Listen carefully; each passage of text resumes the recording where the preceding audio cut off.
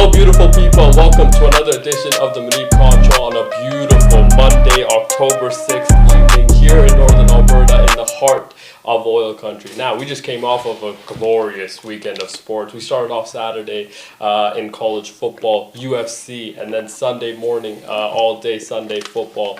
And, we had a gloomy time this time of year. It feels like the winter is officially started. Spooky. And it sucks, I'll be honest. We have been dreading it for quite some time. But we started our Sunday morning in a special place across the pond where lads were having tall boys. And those tall boys were beers, yes. And they got to experience and immerse themselves in the Carson Wentz experience completely, where the Minnesota Vikings took on the Cleveland Browns in the first time starting for Dylan Gabriel as QB1. Now, that was an interesting game. Obviously, that ended in a way that we did not expect it to. But some people actually expected it to completely end in that way because coaching was the biggest point of it all. And the Cleveland Browns did what the Browns always do. They lost. They lost 21-17 in London, and the Vikings will be on their bye next week. So that was where we started our Sunday. Then we headed over on a Sunday morning to the bank. And no, not the financial bank because those aren't open on Sunday, but this one's is. That is the bank in Baltimore where the two teams that were desperate for wins. The Texans come in 1-3. The Baltimore Ravens 1-3. Is Cooper Kush going to be able to pull off what Lamar Jackson couldn't, which is a win? And that actually wasn't the case. They got their butt whooped, actually. 44-10 was the final score in that one. And I will say, C.J. Stroud, incredible game. I mean, 4 touchdowns, 0 interceptions. He had an incredible passer rating. But even long neck Davis Mills got into the game. And that tells you all you need to know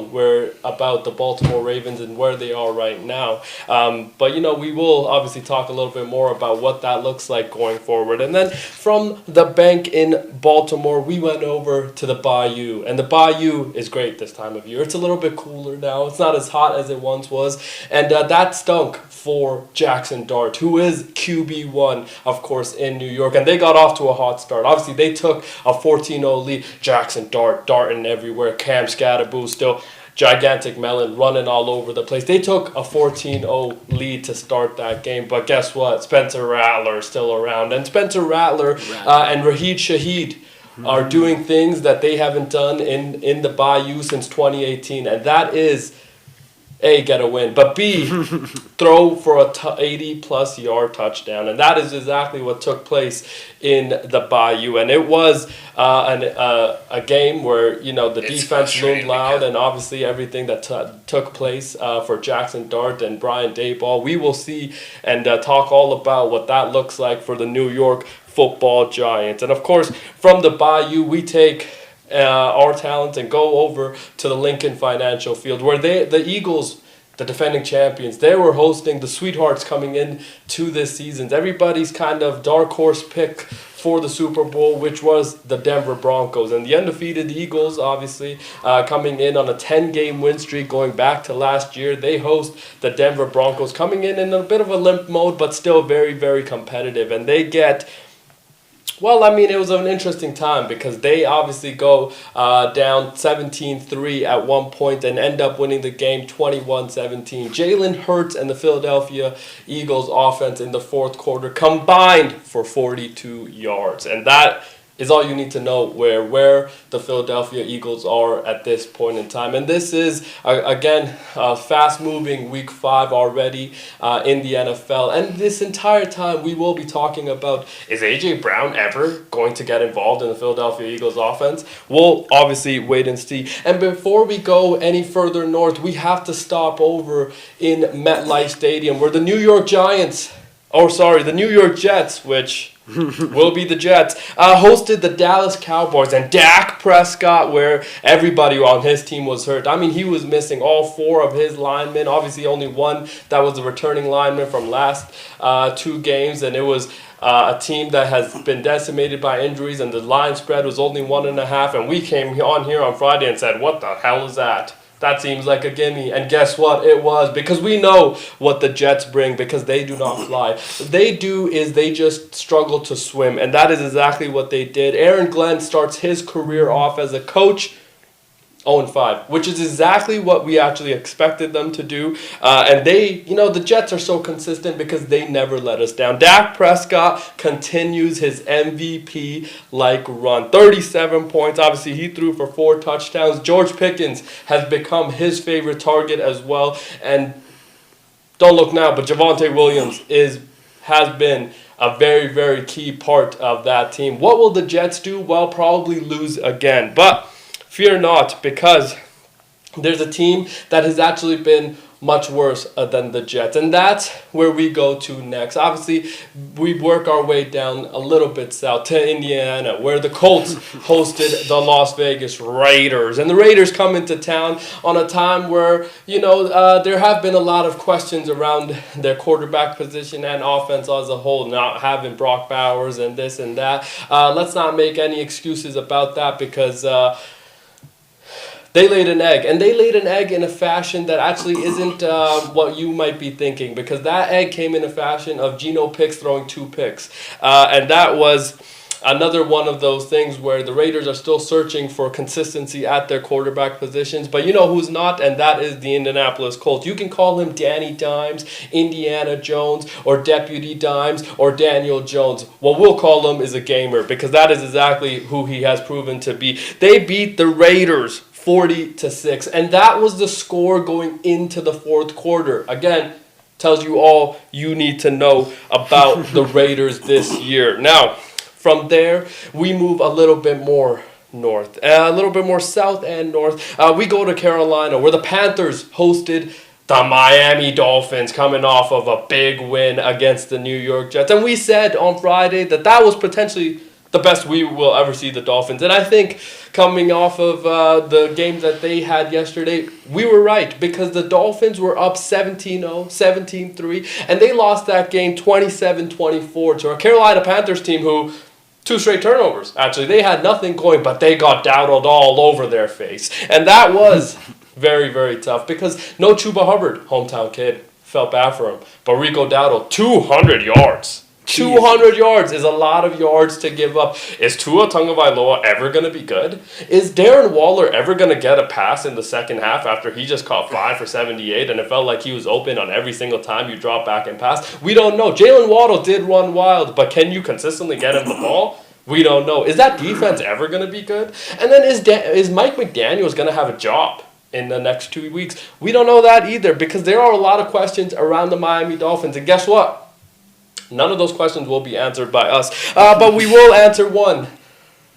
The Carolina Panthers get a big-time win. The Carolina Panthers win 27-24, and that was one of the games of the week, actually. An incredible moment. But let's go to the real game of the week, and the game that we said, best uniforms in the week, and that was across country. We have to go all the way across to the Seattle Seahawks and Lumen Field, where the Seattle Seahawks hosted the Tampa Bay Buccaneers and Baker, touchdown maker. And Baker has been very, very good. Okay, they've won 4 games this year, and 4 games they've won all 4 game-winning drives by guess who? Baker Mayfield. And Baker Mayfield does it again to the Seattle Seahawks. They win in an incredible, exciting fashion in 38-35. Sam Darnold, late interception. That was the only mistake he made all game. 2 incredible quarterback plays happened, but Baker Mayfield and Emeka Egbuka, that might be the greatest duo in our sport this far.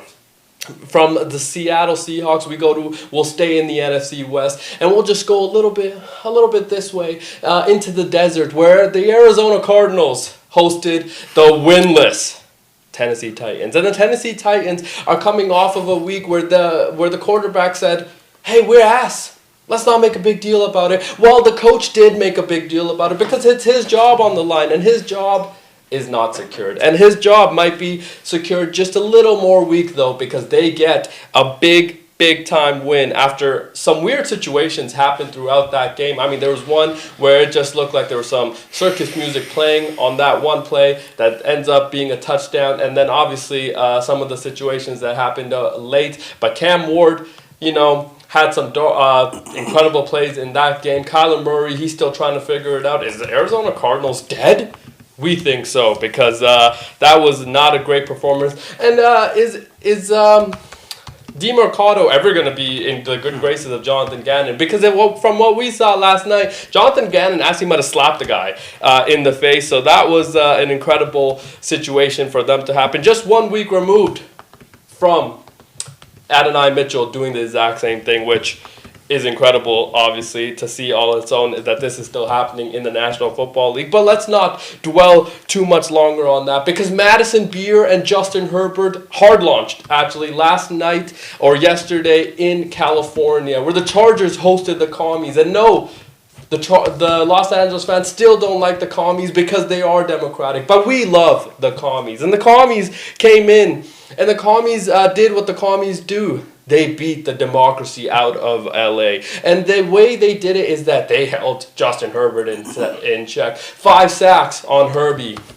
1 interception on Herbie. 8 tackle for losses. That defense was all over the place, obviously, and they did so in such incredible fashion. And they get the win 27-10 in LA, where Jaden Daniels made his return back to LA, where his mom was in attendance, and that was a great showing. And then we'll take our talents to Ohio, where there's a couple teams that play in Ohio, both of which should not be allowed on TV, and one of which was hosting the Detroit Lions, and that is the Cincinnati Bengals, who lost their quarterback. Do you remember that? Quarterback 1 went down, Joe Burrow. They still had a backup in Jake Browning. They said they were going to stick with him. They have, and guess what? They have not looked good. They have not looked good in any fashion. They can't stop nobody. They can't hold the defense coming at Jake Browning, but guess what? They did make some plays late in that game. Jamar Chase actually walked into the end zone backwards at one point, but that doesn't matter because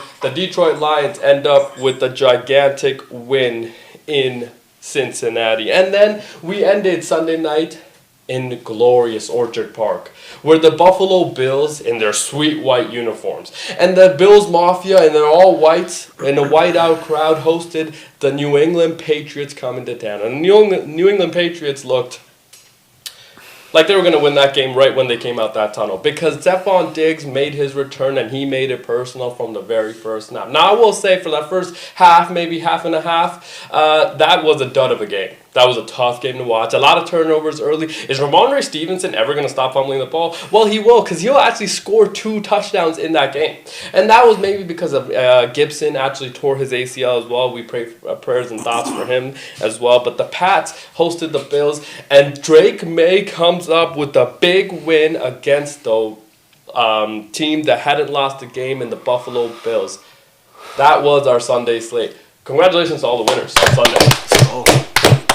We have 1 game left to decide Week 5. This has been a fast-moving season in the NFL, and then we will be heading into Week 6. Monday Night Football, the Jaguars in Duval host the Kansas City Chiefs. And the Chiefs were favored by 3.5, which no idea how that's happening. But that is the case. Obviously, we will see what happens in Kansas City and in Jacksonville, obviously. But I will say, man, there has been some interesting we looked at that Sunday slate and we said this was going to be a terrible weekend. It was actually, there were some blowouts, but it was fairly exciting. Couple 20-digit or double-digit comebacks. Yeah, late in that game too. Now, before we move forward, obviously there has been some exciting times in our city as well.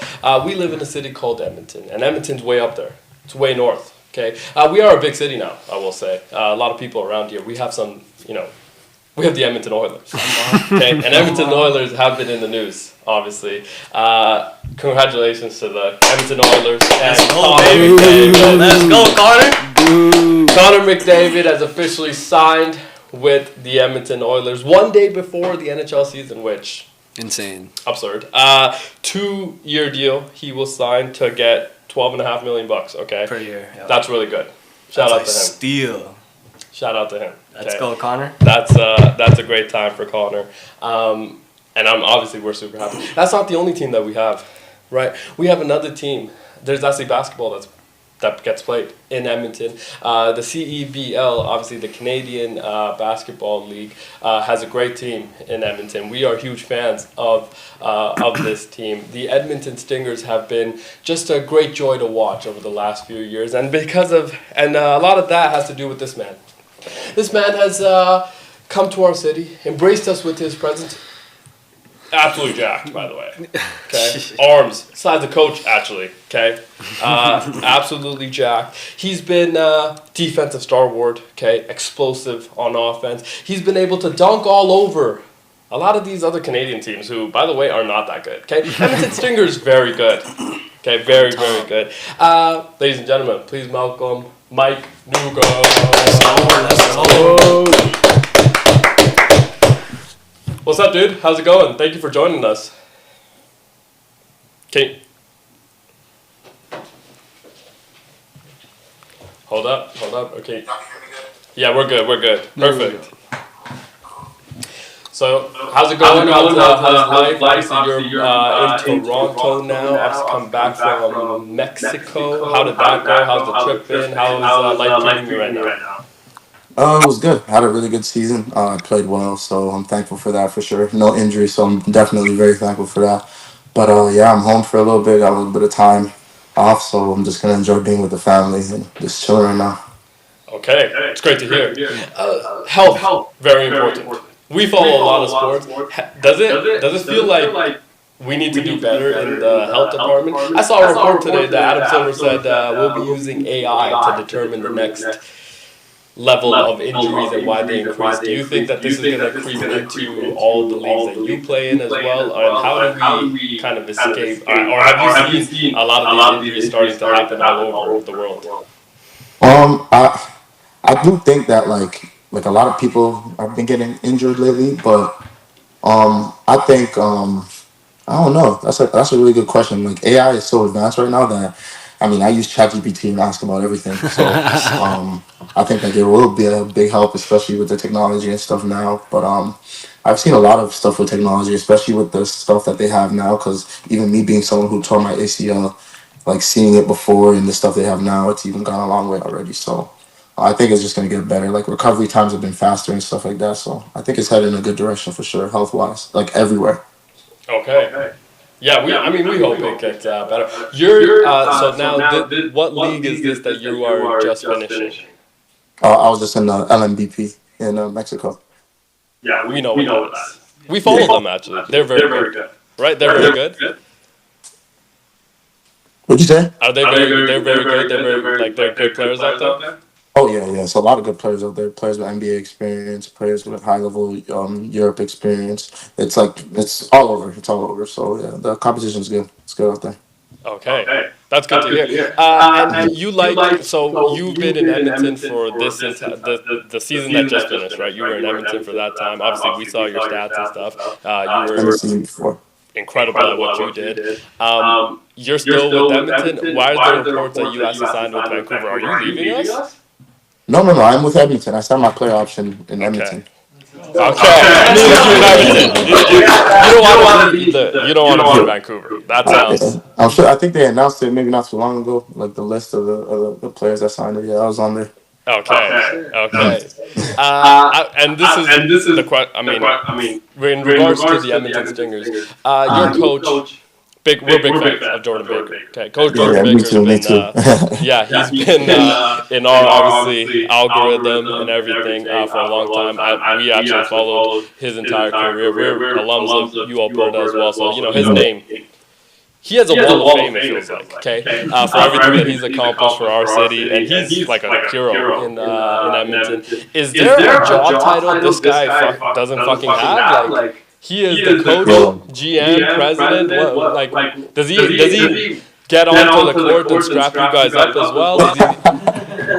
It's crazy because we were just in the group chat talking about it when he just got the promotion. Like this guy's just trying to. He is the Edmonton Stingers. I mean, it's crazy. Like I'm a big fan of his too. Like Coach JB is a great guy. One of the best humans I've ever met for sure. So I'm happy that he gets all that stuff. It makes sense to me. For sure. Can he still shoot? He's pretty athletic. Okay. He's pretty athletic. I don't think he can ever shoot, but he's a useful guy. Okay. Yeah. He has been he has been a useful guy. Yeah, for sure. And now, what is this next? I guess like time of from now until are you like free from now until like January, or is there another league that's starting? Like, how does this time? Is this a rest and recovery period for another time, or? Yeah, literally like a rest and recovery period. I'll be talking to my agent and see what's going on. I have to go to the national team in November anyway, so I have like a little FIBA window coming up. So I'm just gonna take this time to just get my body back right after just finishing that season. Okay, FIBA coming up. Let's talk about your national team, and obviously you'll be playing for the Nigerian team, I assume, right?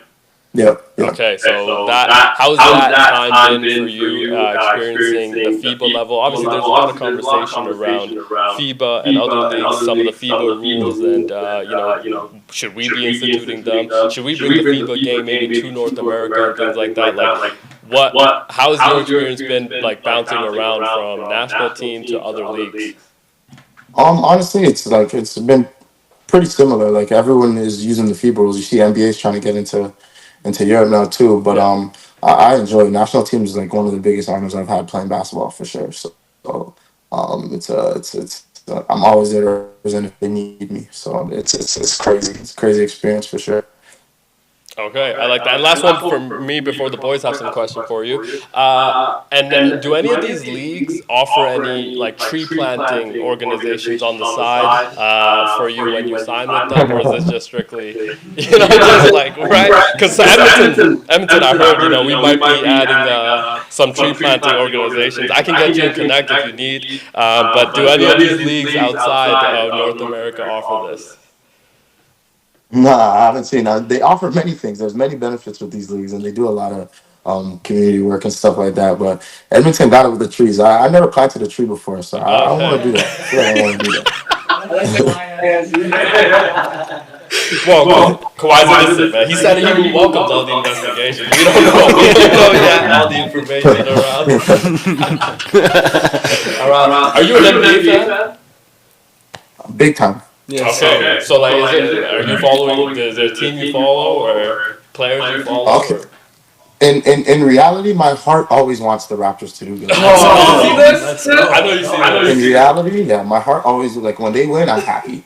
But I hope LeBron wins another Okay. championship. I knew that was going there. Wherever he goes is where I go. So LeBron posted a crypt again. He's LeBron is LeBron, okay? LeBron's Sorry. able to do all the things that he wants to do because he's earned the right to do all these things. He posted something on his ex today about the decision number 2. Any thoughts on what this might be? I was talking to my brother about it, and I think it's him just actually announcing this is his last season. It has to be because there's no where is he going? Where is LeBron going? Twitch. He's gonna start streaming. I'm telling you. That this is his last season or something. Yeah, I mean, he made that appearance with Kai Cenat. Yeah, it's looking like it's a soft launch into the Twitch streaming Maybe it service. is the Twitch on. It's looking like it's looking like he's going into that era. So like I Facts, think so. that's what it is. Because if he says he's going to another team, I'm just gonna I don't know what I'm gonna feel. Like, he has nothing left to prove. He's the best ever. He's the GOAT. Yeah. I think he's gonna announce that he's retired. Okay. After you're saying so, this is his last year potentially. I'm assuming so. Like, what else could it be? Like, Yeah, that's what I'm saying. It's, I don't know. All I know is along with 95% of the world, zoomed. We're locked in to seeing what the decision because decision number 1 Was insane. What could it be? What else could it possibly be? Could you imagine it's another DraftKings app? No, there's no way. they would have had to pay him a bag. What if it's him announcing another league? What if you could play in that league? Oh, that'd I'm playing LeBron's league. And I assume he doesn't have to offer any of the tree planting situations. And on that note, playing outside in other leagues, P. Betts has a question for you. be. Yeah, man. I was gonna ask, what's your favorite country or league that you played in, and like, what makes the country or the league stand out to you? My favorite country I played in has been Africa for sure, just because it's home. Yeah. And like seeing that kind of embrace is different. But Spain was definitely an amazing place to live. It's just a Yes. nice place to live. Yeah, Spain. all year round. It was nice. Spain would be Spain was a nice sick. place. Yeah, did you catch any football games or soccer games there? No, but that's in my plans. That's in my Yeah, plans right. to consistently do it too. It's in my plans. Yeah, that's all good. That's sick. Spanish league also good, right? Yeah, Real Madrid, Barca. That'd be sick. When I play FIFA, I only use Real Madrid. Yeah, have to. Jude But yeah. Bellingham. We don't know. And before, do you have? Actually, no. Before we go to that, obviously you've been in Edmonton how long now? Oh, a year. I've played for them for the last two summers. Okay, and you love it, I assume. You love the city. Yeah, yeah. Edmonton's cool. It's calm. It's calm. People think there's traffic. I live in Toronto. There's no traffic in Edmonton. Facts. So once you leave Edmonton, you're like, whoa, we're blessed. There's It's no traffic in crazy. Edmonton. Edmonton's a calm place. I like it. Okay. On that note, Nelly G has a question for you. What's up, man? I wanted to ask you if you've been to any Oiler games yet. You know, the city is No, it's pretty no, crazy I want out a here. jersey. I need to find a way to get a jersey. Man, holler at us, bro. We got you The with the honking in jersey. the honking downtown, I support it completely. After I support it for sure. It's sick. Have you been to the Maple Leafs games? No, I said not. No, I haven't been to a Leafs game, but I have been to a Blue Jays game though. Oh, there you go. Let's talk. Are you a Blue Jays fan? Because we just did some incredible things this past weekend. Real belt to ass. Belt to ass. Any of the Toronto teams, in my heart wants them to always to win. I want the Leafs to win. Yeah. The Leafs hurt me a lot all the time. But anything Toronto, I want to win. I want them to win, but I'm a LeBron fan anyway. Well, the Leafs will continue to break your heart. I'll tell you that. I always have hope. I even have hope somewhere deep down that the Raptors will win. I don't know how. But Okay, let's ask about that actually.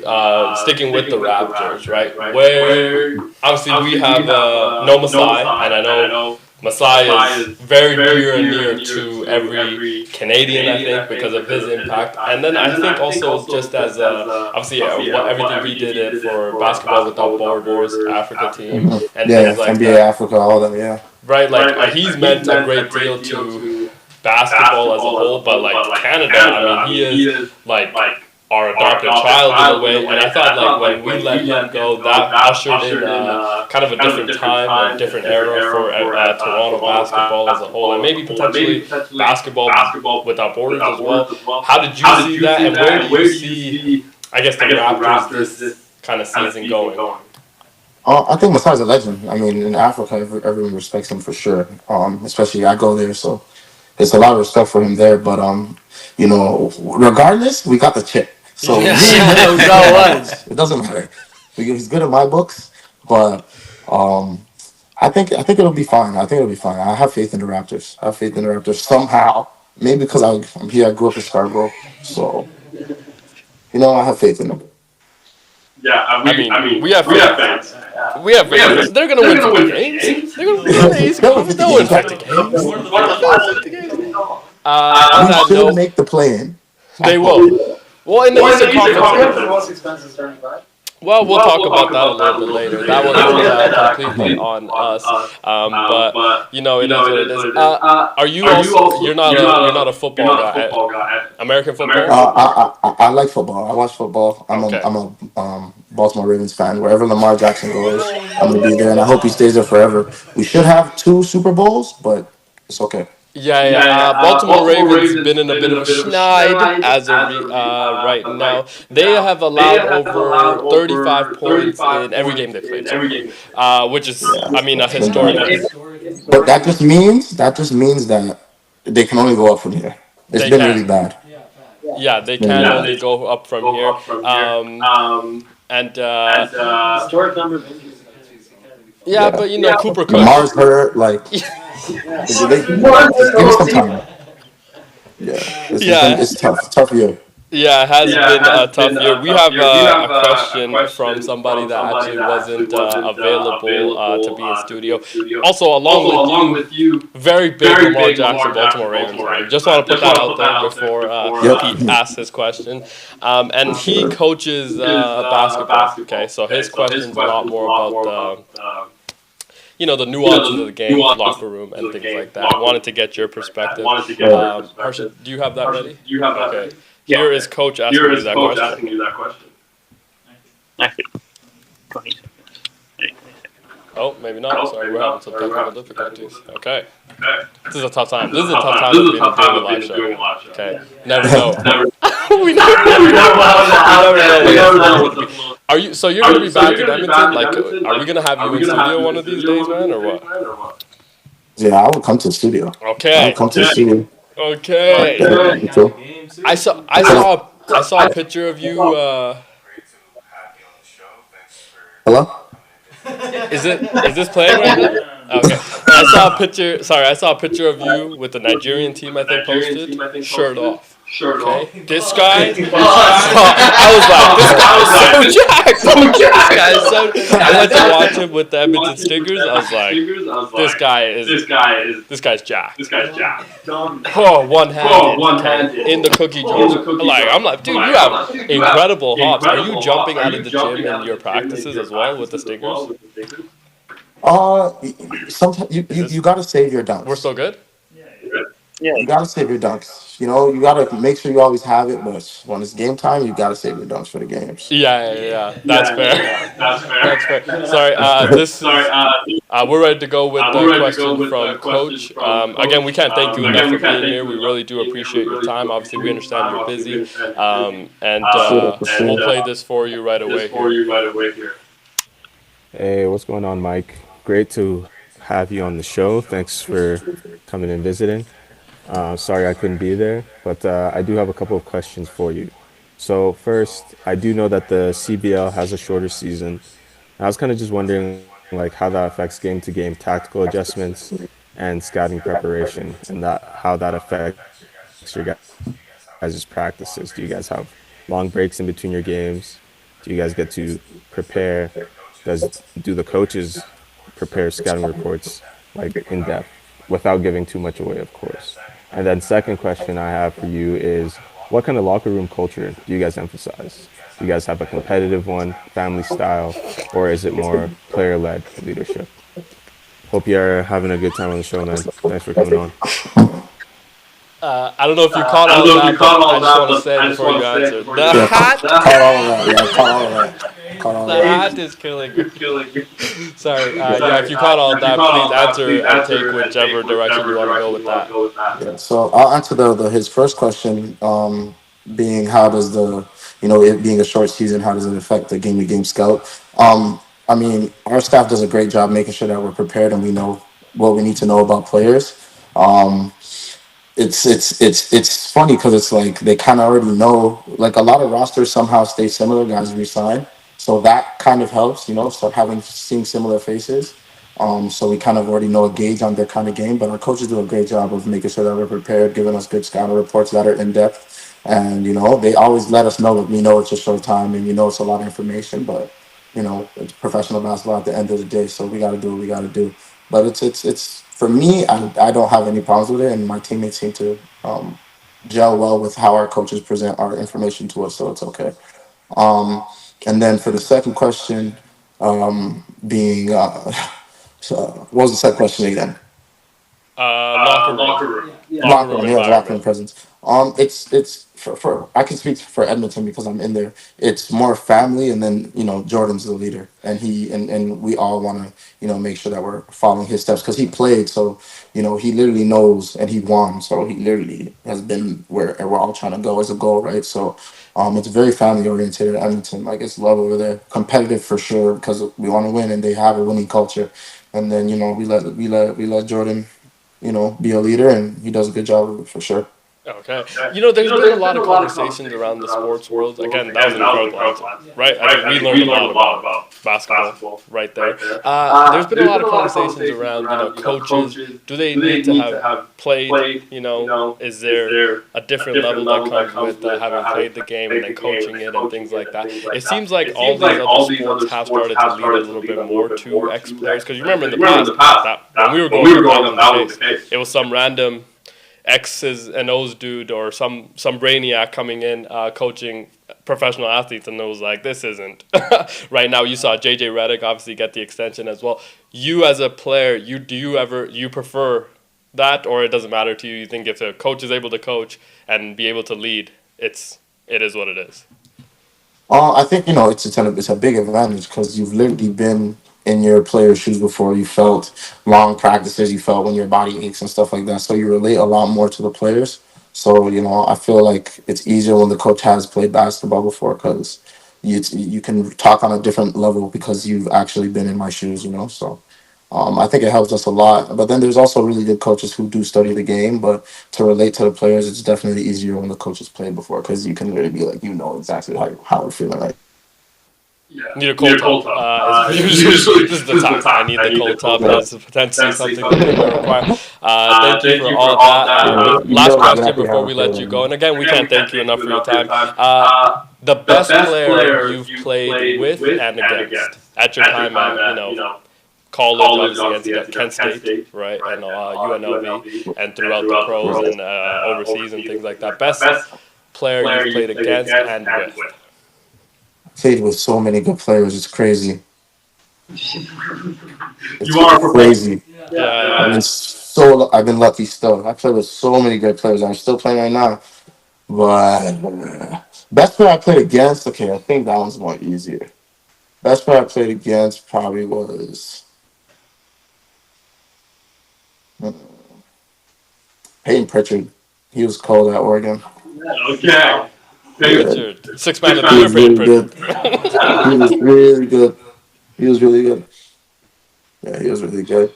Best player I played with, too many. Too many. Yeah, I think that's the right answer. Best That is player was too potentially many. the right answer. Because don't want to single somebody out and leave somebody else. It's like, dude, he might be getting a lot of text messages. Too many good players. Yeah. Again, we can't thank you enough. Any last questions before we? I got one last question for you. Do you have the pre-game superstitions or pre-game routines?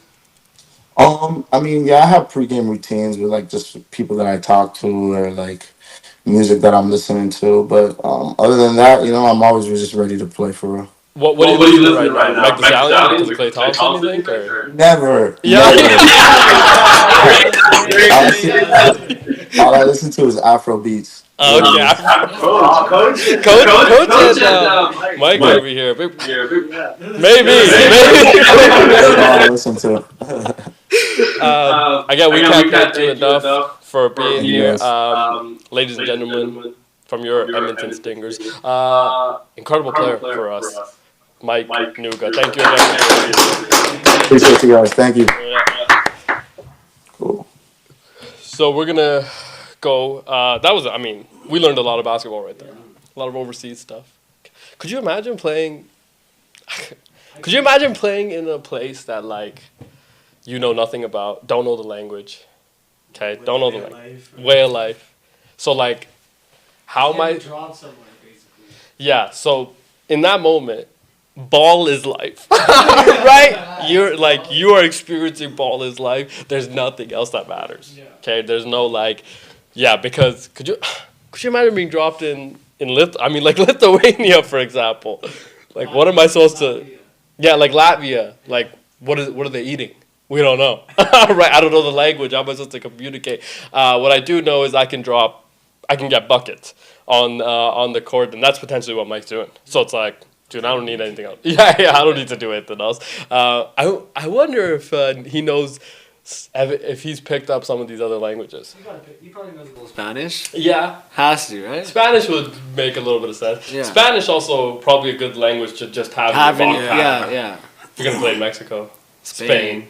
Spain would be sick. I'd love to. Yeah, Spain. I would say some places to play. Like Spain would be kind of cool Yeah, because it's still like modern.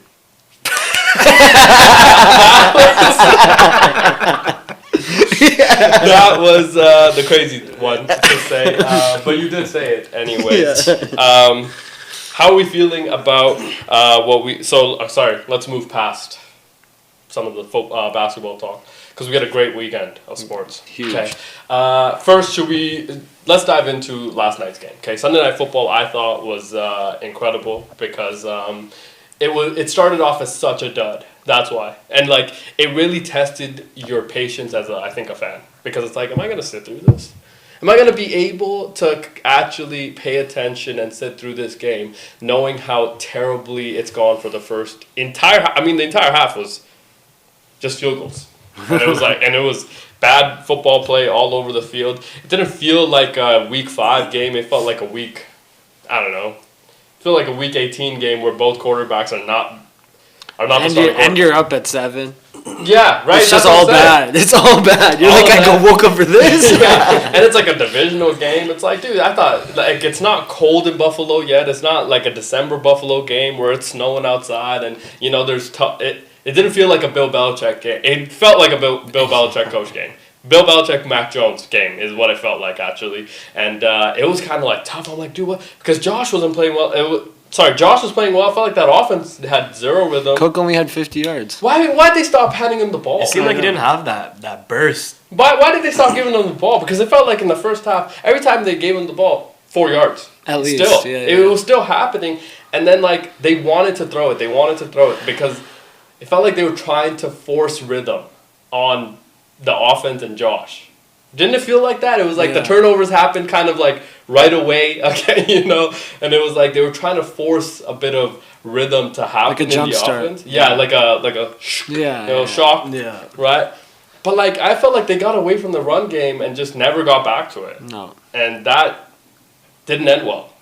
Right? Didn't end well for them. We have to give up. I mean, Christian Gonzalez is back. And there was a moment there for a while, it felt like he was the best player on the field. Yeah. I mean, the guy was, because they didn't even mention him sometimes, and that's when you are doing your job as a defensive back, when they're not even trying to throw your side of the field, and the commentating not mentioning you. Okay, so that felt like he was obviously having a huge impact. He had a great impact late in that game. Remember that? Yeah. Huge play. It's like that was a game-changing play, actually. And then Drake May with the 2-minute, right before the 2-minute warning. Stiff arm. But guy holding his... Stiff arm didn't come off him. And one. And then Diggs catch. I mean, catch Cardi and B run. was living it up. Oh, yeah. I was thinking about that, too. I was like, she's probably going crazy right now. 10 yards for 148. Is that what he 10 had? catches. 10 catches, for 148 yards. It's like...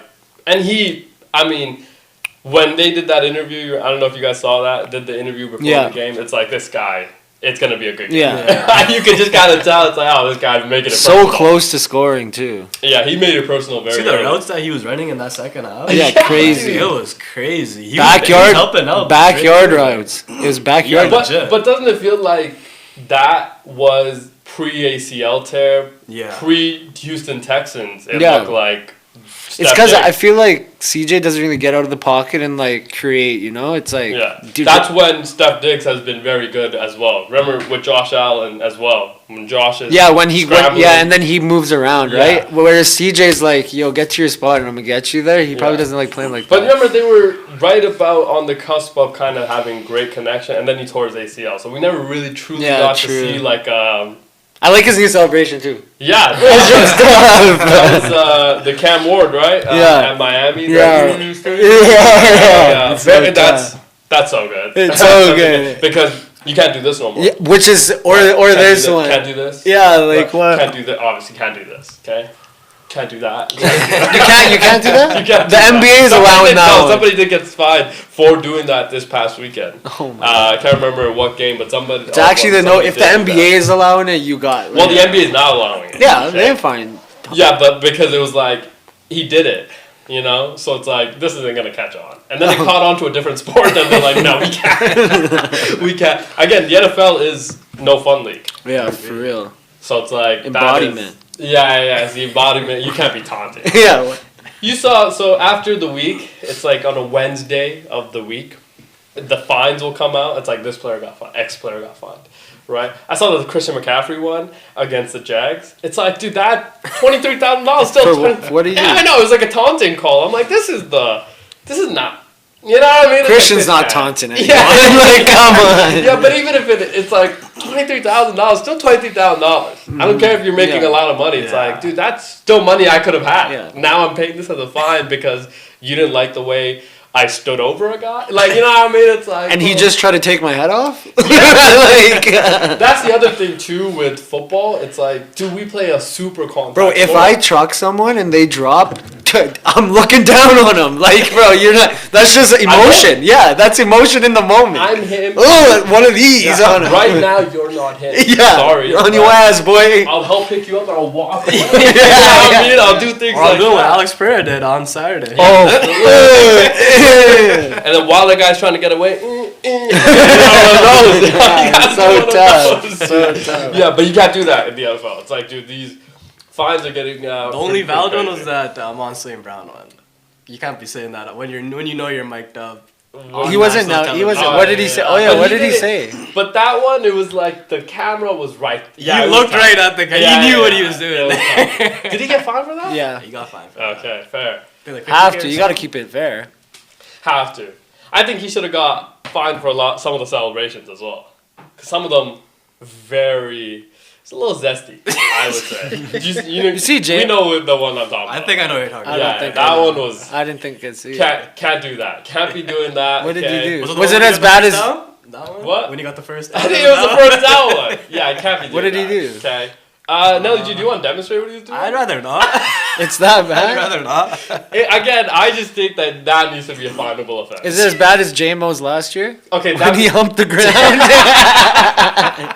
kinda similar. But like, it was one of those where like, camera should have been in front and not behind. Yeah. Camera from behind, not a great look. It's like, this cannot be a thing that. What was he twerking? Yeah! That's crazy. And it's like, the camera can't be doing it. That's You know, wild. He's doing cameraman. his best Meg Thee Stallion. Yeah. And it was like, cameraman, Clay please, Clay probably move like to the other side, please move. Nah, it was. he liked the shot. He said, "Ooh." Which one, the cameraman? cameraman. Well, again, we didn't as fans, so it's like, dude. And then that ended up on the, it's just like, it just became a big story. Now, before we take a break, okay, we should address some of the injuries that happened yesterday because, injury is a big part of the game, unfortunately. That's just a thing. First, we'll start off with Indianapolis kicker. Gruesome injury. What's his nickname in Indianapolis? Spanks. I don't actually know his full name. Spencer, maybe? So he's the kicker. He's been very, very good for them. Okay, he's obviously very young. Schrader. Okay. Spencer Schrader. Torn. I think he tore like 3-4 ligaments in his kicking leg. He's done for the year, so they will be in the market for a kicker. Again, kicking has been, and special teams in general, has been a big talking point throughout this entire year. Crazy. Right? He's been very reliable for them. Where will they go from here? We'll have to wait and see. Obviously, this is a tough market for kickers as well. Young Wei Koo. Yeah. Have to. He got picked up by somebody, right? He got picked up, eh? Yeah, he did get picked up by somebody, so that'll be interesting. But again, have to go find somebody. Maybe somebody off their couch like the Bills. Matt Prater, right? He came up out of his couch and was like... I hate how Collinsworth says it every fucking time he What? steps up to kick. This guy was on his couch 3-4 weeks ago. Yeah. Like every on single that kick. note, What? Chris Collinsworth, does he forget that we still remember some of the things he said throughout the entire broadcast? It'll be like he'll give a compliment, he'll be talking about somebody like Drake May yesterday. And then like in the second half he'll say the same thing. And it's like, did he forget the audience was you know what I mean? It's one of those, I'm like, Chris Collinsworth, you can't be doing He this. probably had a little too many beers. Maybe some tall boys Yeah. is what they were having across the pond, obviously, to watch the Carson Wentz experience, which ended very well for them, I think, because they got the dub. 1-1 in international games for the Minnesota Vikings, which is great. Now they get on the bye. Is J.J. McCarthy going to be back? Is it going to be Carson Wentz? Or is it Cam Akers with that Or is it Cam passing Akers? touchdown? Yeah. And remember, Couple running back passing touchdowns. so we're watching this game, right? My dad's there, right? We're watching this game. He understands quarterback situation in Minnesota, okay? Carson Wentz gets in, and right before half, okay? Again, Carson Wentz's experience is very peaks and valleys, okay? You just have to live through it. So I think it's like at the 20-some yard line, they're starting their drive, okay? Now the half is about to happen. You're about to go into the locker room. He tries to get the first down, but like instead of sliding, okay, lower shoulder, and takes a pretty gruesome hit. I would say. I was like, right when we saw it, and it's one of those hits where like you could hear it, like crystal clear. It's like, oh, that must hurt, like bitch, right? It was one of those hits, and I'm like, ooh. No, Carson, no. And now there's like, I don't know, like 30 seconds, maybe a minute left in the half or something like that. Carson Wentz heading to the locker room. And it's like, Carson, man, you have to understand your situation right now, dude. You do not have another backup, okay? Which, I mean, they did, I assume. Obviously, you have to suit up two quarterbacks. But it's like, you are already the backup. You cannot be doing this type of maneuver when you're headed to half. Unless you're throwing an 80-yard bomb, which I don't know if the coach is play calling for that because it's a Browns defensive line getting so a long developing play is probably not something you want to do right now anyways, right? And it just felt like he takes that hit, he goes to the locker room, and everybody in Minnesota, I can assume, was like, why? Why would we need that type of play? Thankfully, he comes back entire wrap, okay, on his shoulder. I want to say left shoulder, okay? Wrap, compression over, ice packed up, everything. Okay, all happening right here with his shoulder. So they get a bye week at the right time. Obviously, Carson Wentz comes back, has a pretty good game. Okay, was able to get Jordan Addison. Beautiful throw to win that game, by the way. Beautiful. Who was benched in the first quarter as well, right? He was, yeah. They talked a little bit about that, which was an interesting situation. But he comes up big, man, and makes the biggest play of the game. They end up winning, and we're watching that game. My dad's like, "Who? This guy in the pink shoes. Why are Browns not covering him?" And I'm like, I assume we're asking. And the guy in the pink shoes is the best receiver in football. What a cat! You have to cover this guy, okay? But there are some plays where it felt like they didn't even try. They didn't even try in the second half, especially. It's like, dude, you're giving up too many big plays. And then you're trying to play man with help over the top and kind of a cover seven. JJ? Right? Yeah. First guy's gone already. You better hope that safety step over. Yeah, that's what I was saying. It's just like, it just felt like you got to figure it out. You can't be pressing him. Can't be. That being said, Dylan Gabriel, what do we... Shador's not starting this season. I think he had a good game. Right? Yeah, Shador's I thought he had a... Again, when we talked about on Friday, like, can we stop building up another guy that we've never seen, and how about shitting on the guy that we're about to see instead of building up the guy that's QB1 right now, and that got drafted higher than you. Yeah, and like it felt like the media attention around him not great. Or but no, Dylan's done good. That's what I mean. It's like, but I didn't love that the conversation around the Cleveland Browns QB room was not about their QB1. Yeah. It's like, that's not okay. Who's making his first career start? Who's making their first, like, huge moment for him in his life, career. Like, he's going to remember that for the rest of his life. And it's like, we kind of shat on him. And it's like, we've never seen this guy either. Like, how about we kind of build him up, see what he's talented about. And I thought he had a pretty good day, man. He gave him a chance to win. I mean, like, you have a rookie quarterback starting and a rookie running back who had over 100 yards rushing, I want to say. Hey, man, that comes down to coaching if you lose that, in my opinion. And no turnovers.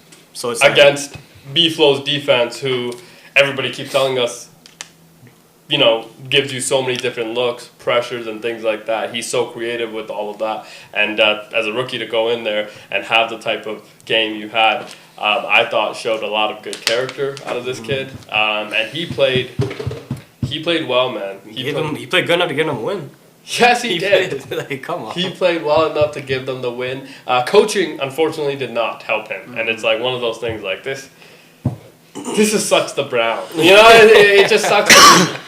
So, I just want, the Cleveland Browns and Jimmy Haslam, who's their owner, and Andrew Barry, general manager, Kevin Stefanski is the head coach. They paid an exorbitant amount of money, like $800 billion, to a guy they probably shouldn't have paid to. Okay, like, somebody that had never been in their building before. They paid that much money to him. That obviously doesn't work out as they had hoped. And then what happens is that they draft a quarterback in the third round and the fifth round, and they bring in a 40-year-old quarterback to help them. You know what I'm thinking? I'm taking in what they were trying to do. They said we've missed on quarterbacks for the past 20 years. If we take 3, we can't miss. So, Are you taking that in? They said, fuck it. Something will Who stick. did we draft now? but if they, so I assume again they took a quarterback in the third round, fifth round, none of which they I think immediately thought this is the franchise. Okay, because if you look at like the history of the league, first round quarterbacks usually are going to be like granted as that. So like third and fifth round, it's like you have to show me that you could be. So I don't think that they expected that. Now we are in week 5. A 40-year-old quarterback has been benched. Third round quarterback, he is QB1, and the third round quarterback is seemingly taking shots at the fifth round quarterback through the media. The fifth round quarterback is seemingly miming his way taking shots at the third round quarterback through the media, and it's like this is the average Tuesday in a Browns life, you know, in a fan of a Browns fan, and it's like this is the worst. Okay, and I don't feel bad. To be fair, I don't feel bad simply because like, dude, you brought this upon yourself. Yeah, this is written. And I will also be honest. I think you could have got a first round pick, actually multiple, for Myles Garrett. Because he's very good, okay? And when he asked for that trade, instead of giving him $40 million to stay a Cleveland Brown, when you know you had zero chance of actually competing because you don't have a quarterback, right? You still gave him that money to do what? To waste his time? To fill the seats. To fill the seats, right? But it's like, you could have gotten a first, maybe 2 first-round picks, and then from the second overall pick this year, you got another first-round pick back from the Jags, who traded up to get Travis Hunter. Yeah. So it's like you could have had like 4 first-round picks in this draft. Now, I will say, I feel like they have drafted well in this draft. Judkins looks really good. Fannin, I want to say, tight end, right? Very good. He had like a touchdown. Right? Yeah, he had a touchdown, but like I think good. if you watch that game, it's his blocking that was very, very impressive. It's like this guy was able to do a bit of that. Him and David Njoku able to do that is like super helpful. And obviously, you know, Mason Graham that they drafted in the first round, 5th overall, I think. He's been incredible. So it's like, you know, it feels like they've had a pretty good... They're building. Trying to build some... Again, because it's like they've consistently missed on draft as well. But, you know, it is the Browns. So it's like expected. We'll take a short break. And after the break, we will talk about some of the things that we've seen throughout Sunday and some college football as well. And we'll be back in a bit. Peace. Bro, Patty's going.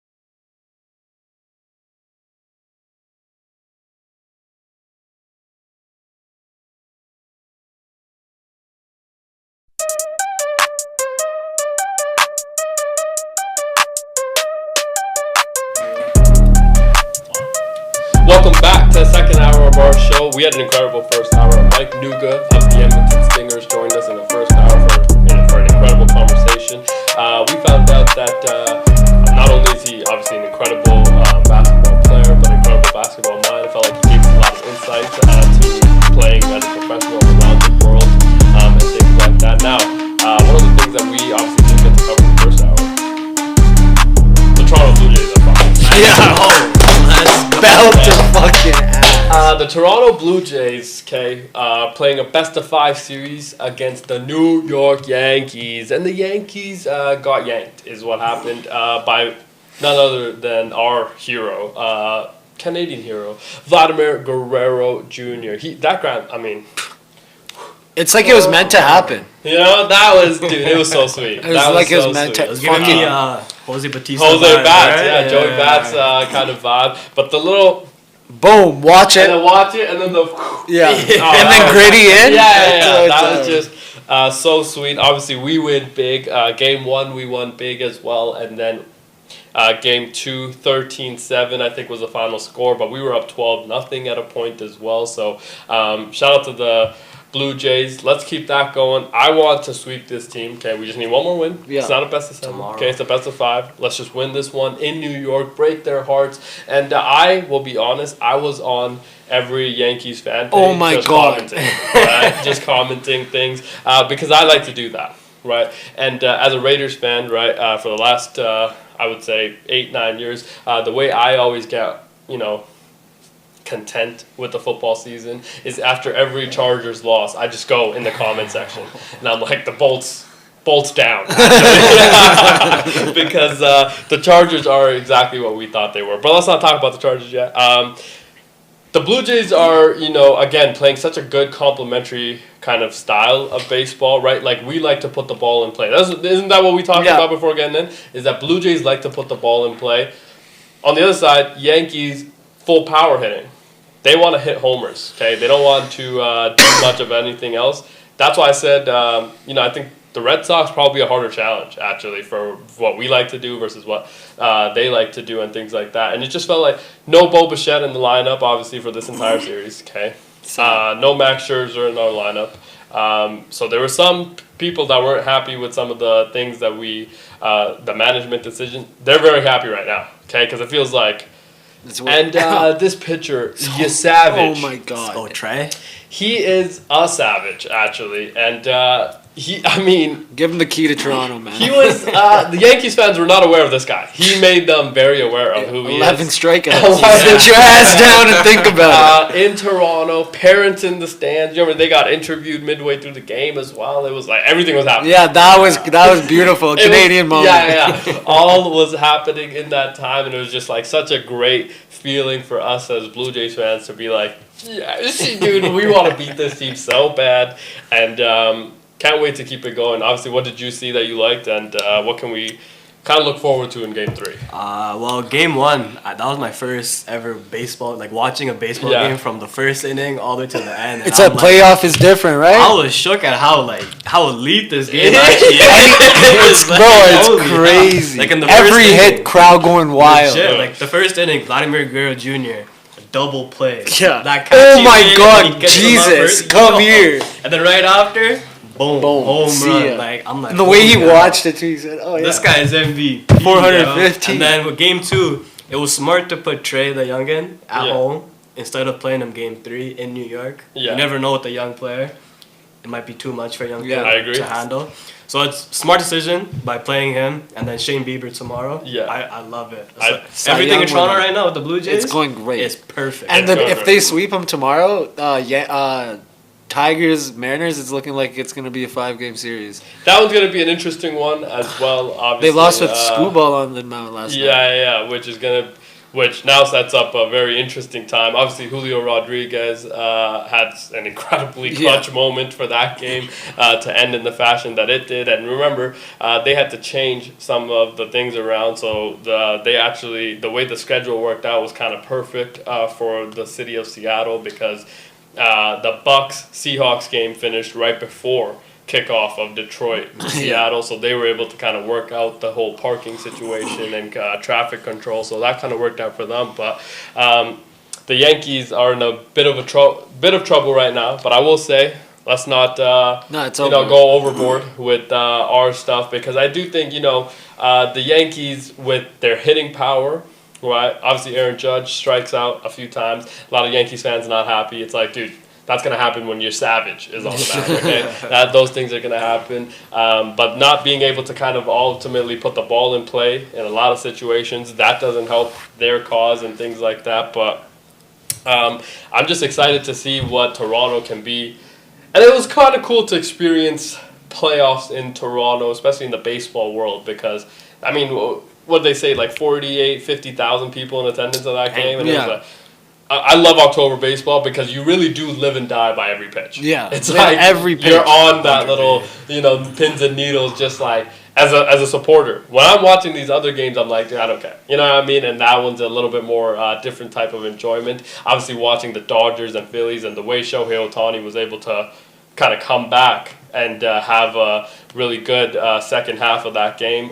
Even though and the conversation's always with him, it's like, yeah, we're seeing him pitch for the first time, but he strikes out 4 straight times. Yeah. So it's like, can we do one or the other and still be effective? He was a little bit late in different aspects, but felt like, again, the Dodgers clutch, man. They're clutch. Shohei had a bad game, let's just say it like that, and they still won. But Shohei, I think, had a bad game hitting, but like he had one bad pitching. He gave up 6 hits too, though. But he had one inning of one, I think, or I want to say one bad inning of pitching. Might have been the second inning. After that, it was like he was still very good. Yeah. It felt like he was able to get like 11 swings and misses. Like that's crazy.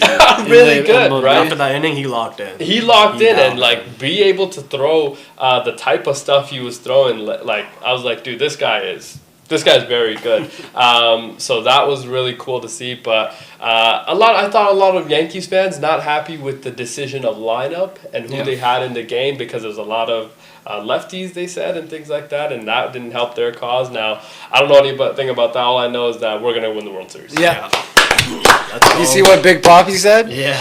So you can bring, they said you can bring Jesus, and they're still going to go to Cancun. He said the only way they win is he looked at Alex and you suit up and Pedro comes back. Yeah, which is not happening, thankfully for us. So that'll be interesting. Who's pitching for the Yankees next game? Hopefully Freed again. Yeah, hopefully, because he got... They probably haven't announced it yet. I assume they have. Trying to play mind games, you think? Yeah, maybe. That's what I'm saying. Because they're like, no, we want you to see the lineup a little bit later. That. But no, I assume they because Toronto has that. I guess they're on the road now. Because they have like one of the only pitching machines where it can fully, like it has like a screen and it can fully show the pitcher pitching to you. Their arm action too, or what? Yeah. It comes through like a hole, and then the pitcher like his whole motion, and they're like one of like 5 teams to have that. That's why they're hitting so well this year, apparently. Okay, it seems like I mean that would be helpful. Yeah, because you can see you can see their whole wind up, everything, and then the ball comes out from where like the ball would come out in real life. Where the ball would be coming. Yeah, because that I assume is super helpful. It's because then you can time it perfectly. Yeah, just to see like, is this guy releasing them from here or here is probably a huge difference exactly. in baseball. Because there's this one guy that stepped up. I can't remember if he was pitching for Boston. He was slide arming it. Right. And I was like, oh my god, that must be a super weird angle as a hitter to be like, yo, where is this ball? Because it's coming lower, right? Yeah. So it's like that was. It might be Carlos Rodon. Carlos Rodon. He's good. He has been good. He had a big inning versus the Sox. He jumped up and down and shit. But he won't against the Blue Jays. That is happening tomorrow. Okay, can't wait. That's going to be a really, really fun time for us, obviously. And there's another reason why we've had a really fun time. Obviously, we talked about Connor McDavid has re-signed with the Edmonton Oilers after a long and somewhat weird time of this last 2 months of us being unsure what's happening, him seemingly kind of playing some Jedi mind tricks with the media. Obviously, he didn't need to give us any explanation, but it was like, I felt like Edmontonians, NHL fans, and just like the media were constantly asking this guy. And that does happen in every league. It's like when a player's up for an extension, it's like, when are you going to sign? When are you going to sign? It's like, You know, but we as fans were like just kind of waiting on when that happens. That decision comes a day before kickoff in the NHL. Thought that was a little bit weird, but happy it happened. Obviously, thankfully, that he's able to stay. But $12.5 million a year. Bro, I didn't expect it to be. I had a feeling he was gonna take a discount, but not this big of a discount though. Like, But why- he didn't make like his current contract is like 12.5 as well. I want to say. Yeah. So now he just re-upped for the same amount of money just for 2 extra years. I mean, I mean, shout out Connor. I mean, he's trying to help the team out. But why do you think he would do that? Oh, he's trying to help the team. He's asking the team pretty much, I'm taking a discount. Go build me a better team than what we have right now. But that would be fair, but it's like the season's starting. So when does he expect us to build a team for him? I mean, starting after this season, because now after this season, our cap space for next year, after this signing and the Lallman signing, we will have $22.5 million. Oh, okay. So you're saying that this is more of a when his 2-year contract starts timeline. Yeah, so it'll be next summer. I feel like this is like basically saying I'm gone in 2 years. If we don't win. Because why would you re-up for so short term? No, I think even if you win. Plus, in 2 years, the salary cap is supposed to jump up even more than what it is right now. So he could cash in 2 years. But like, I guess too, maybe he's waiting to get more money, but I feel like it's not about money to him because he just took $5 million off. I feel At like, least. like winning. At least, yeah, he could have got more than Kaprizov. Yeah. He just wants to win. And But like, I think summer, he I don't think every intention of winning in Edmonton. But I don't think he really cares about that anymore. Like, if you guys win in the next 2 years, which you could, he's generational. But Yeah. I don't know. Like him signing the 2-year deal is kind of throws the thing in like, this is it. I'm gonna give you guys 2 more years. But we get Connor for another 3 years. Yeah, so 3. including this series, yeah, 3. Yeah. 3. Which will be his 14th year in the league. Yeah. Yes, I believe so. It's a long time to But be in he'll one be place like as well. 31, 32. Look at Sidney Crosby. He's 39, right? 38? Wait, Connor's only that young? Yeah. How old is Connor right now? He's like 28, 29. Okay. Yeah, he's like pushing 30. So at like least. entering his prime. Yeah. Well, physical. Because I think he got drafted at like 20, 2015. right? Yeah. No, I'm saying he was like 20, right? I want to say he was 18. He's 28 right now. Yeah, turning 28. 29. So you'll be Okay, 31 So coming out physical of the prime deal. Yeah. entering right now. He got drafted at 18. Yeah. Shout out to him. You know, he's been again. Did you guys catch very McKenna's first college game? Who? McKenna, Oh, Gavin Gavin McKenna. Bro. Apparently there were like 57 NHL scouts at that Insane. game. Bro, he had two apples. Penn State. Yeah, 2 apples and the game-winning goal. Insane. Which is, Booster money apparently very good out there right now. He so. went off. Yeah, I was yeah. watching it, bro. He's gonna be I better believe than he's Connor. the next like generation. Yeah, talent. he's only I mean- 16, 17. Okay. Again, a lot of expectations to put on somebody Nah, right now. he's after which, that game. You know, we've seen a lot of expectations in the football world put on to a Manning, and that hasn't ended up great. So it's like, you know, should we really be putting on some level of expectations when it's like, show us what you can do in the league? Yeah, You know what I mean? I want to So say he show had us. exceptional status when he Yeah. was 15 years old. Which Yeah. a select few players have. Okay. Connor was one. Crosby was one. Yeah. Right? I don't Has even, there ever been a bust at the number 1 pick in the last 5 years? yeah. 5 years. So it's not like the Well, as a drafting is Oiler great. fan, I could tell No, you like- Neil Yakupov first overall did not work out. Alright, so it's not like the scouting in the NHL is great either. Yeah, and so I feel like some players lose their like will. Yeah. Like, they're- No. Again, it's just like in every sport. Honestly, I think that like when you get to a draft, nobody fucking Yeah. knows. No, I Right? feel like everything in is the NHL, there's a lot of busts in the top 10 all Yeah, the time, but every it- year. But that's what I mean. It's just like you just never know how hard this individual Yeah, is he's gonna gonna try work after he gets when paid. I get you in my building. So it's like one of those things. But happy for Connor, and then obviously Jake Wallman. He re-signed as well. His deal was 7-year deal, $49 million. So 7 Seven. years, $7 million per year. okay. That's pretty good. Congrats to both of them and the Oilers for getting that done. The season starts tomorrow. What games are we kicking off the season with? The Florida Panthers are playing tomorrow. They're Okay. playing against the Blackhawks. Chicago Blackhawks. Yeah, Yes. that 3 sounds like games tomorrow, right? And that's Yeah, an early Ra- one. Penguins, Sounds like a dud game. Blackhawks, Panthers, Rangers, Penguins, Avalanche, Kings. Okay, I don't mind the Rangers, Penguins. I feel like that might be a good game. Colorado Kings, not bad. Yeah, but Colorado, This how is about Col- they get Colorado Vegas in game Ooh, one? no. Colorado projected to be without their starting goaltender, Mackenzie Blackwood. pretty big loss for them. I mean, For the whole year? no, just for opening night. Just for opening night. Who? I think Colorado wins the cup this. What's your guys' predictions? I think Colorado. Obviously, we're going with the Oilers this We year. Oh find yeah, the I West. just took that Yeah, in. yeah. We find in the West. Are we fine? Oh, we're okay. Yeah. As the Oilers, you're As saying Oilers, they're fine yeah. in I mean, the you see the West. jersey? Yeah. You're see the saying we're. jersey? But again, I don't understand. Like as the the NHL, this is your opening day matchup. be Usually better, the yeah. second day is better. Let me see the I second. mean, you got the reigning champs playing opening night. Against a dud team like the Chicago Blackhawks. Original 6 franchise. Wednesday. Yeah, but they're a dud. Fair. That team sucks, man, and they've Fair. sucked for a long time. So they only it's like, have 2 original this 16s. is this I don't know. I would have like the Leafs playing against Florida maybe, or Tampa. Montreal, Toronto, So Wednesday. NBA starts 21st, right? 2 games, I want to say. It's like the Rockets against like the Lakers or something. Yeah, it's Or good. no, I want to say Warriors against Lakers. Let's see. Rockets against somebody else, maybe Dallas or something. I don't know. There's like 2 games.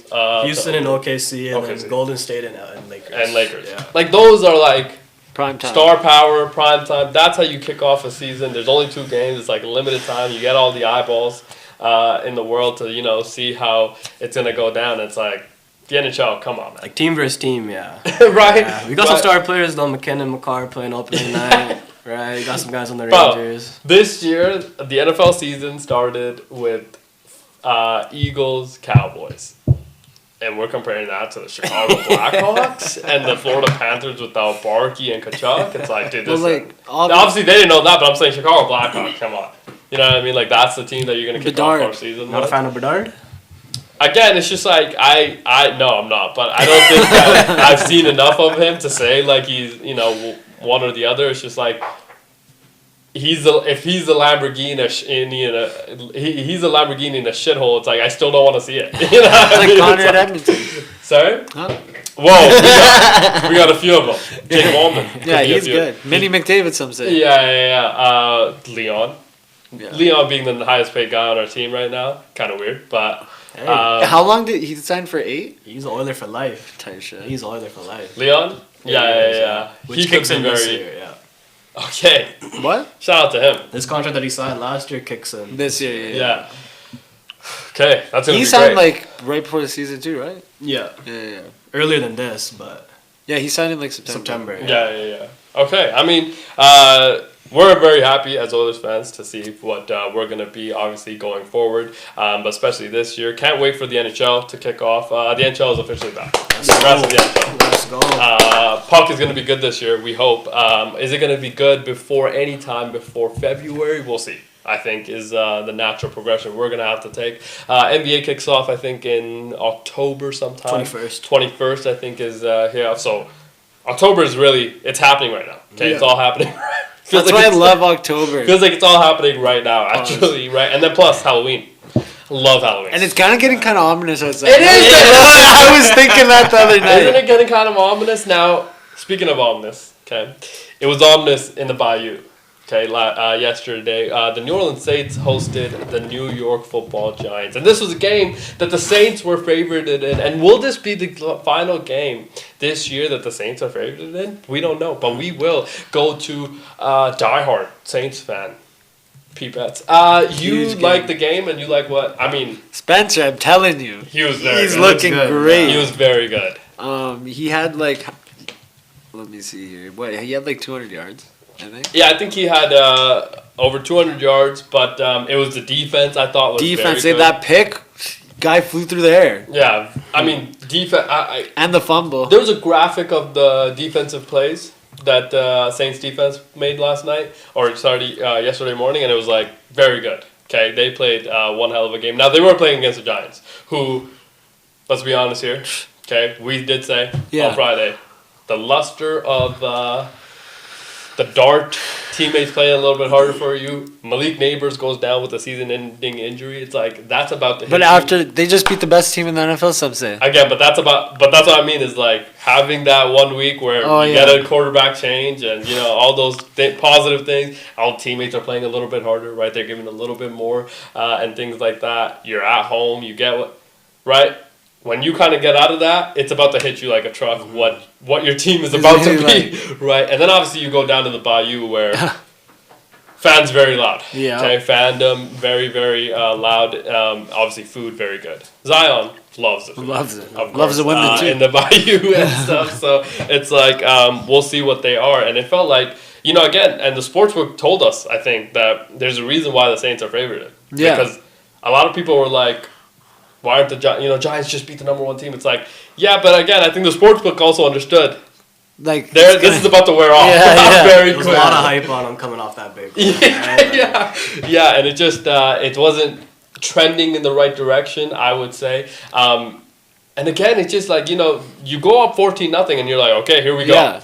Here we go. If you're the And Giants, we it's like, okay, came here right we go. back. And, 13 points in the second. Yeah, and it just felt like the Saints didn't give up, and they were like, "Yo, we still feel like we're in this game." And it felt like as watching the game, it like the 2 touchdowns happened early, Fast, and yeah. and they weren't like it wasn't like tremendous to overcome. It was like, "Yo, if you score here, you're back in the game." Yeah, actually, exactly. you're right there. And Snead, what a play by him. Yeah, there were some plays that were made that were great. Spencer Rattler going to be the guy going forward. Has to be. Okay. I just looked at the stats: 21 for 31, 225 in a TD, no Yeah. picks. He's again, as somebody that is watching football all the time. Football is the franchise. Yeah. Okay. When you turn the football over, you're turning over the franchise. Actually. Okay, that is the program. And Him being able to take care of the football. He only has 1 turnover on the season. Okay. Yeah. 1 turnover on the season is what he has. Geno Smith has 9. Yeah. Right? Like insane. that. You've turned the program over to the other team 9 times. Yeah. Right. And he has like 5 TDs only? 6 maybe? 6. Yeah. Spencer Rattler has turned the franchise over to the other side 1 time in 5 games. I think that in itself, huge, stat to have to your name. It's like, we haven't played well as a team. I think there's a lot of defense. But Kelly Moe, congrats to Kelly Moe. Yeah. First win. Huge as a win. head coach. Huge win. Huge win. Huge win. For him and all that. But it's like, happy that he was able to get that done and coach his team to the best of its abilities. But again, the creativity like that, I think Philadelphia, if you watch the Eagles, they are lacking Kelly Moe's brain. Whereas it feels like the Saints kind of have a little bit more of that, right? The offense is a bit more creative. Even if like the play isn't being played every time or being made every time, the execution isn't at 110 like it was for the Eagles last year. But it's like at least you like as a fan, you can watch and be like, okay, you know what? We are going somewhere, right? We could have some sort of direction. It's like you watch the Giants and it's like, what's going on? What? Like, should we? Like, what is this? Right? And it's like they've been going through that for years, man. They've been going through that same thing for years, and they're still. I mean, I'm watching some of those plays, and it's like, dude, you can't. This can't be a real franchise, right?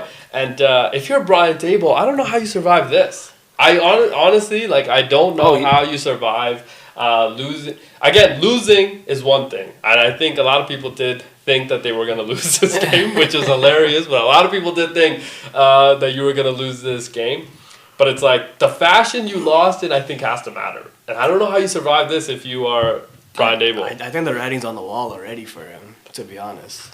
I mean, like, it was close last year. It was close for him last year. Remember, there was somebody hired a blip.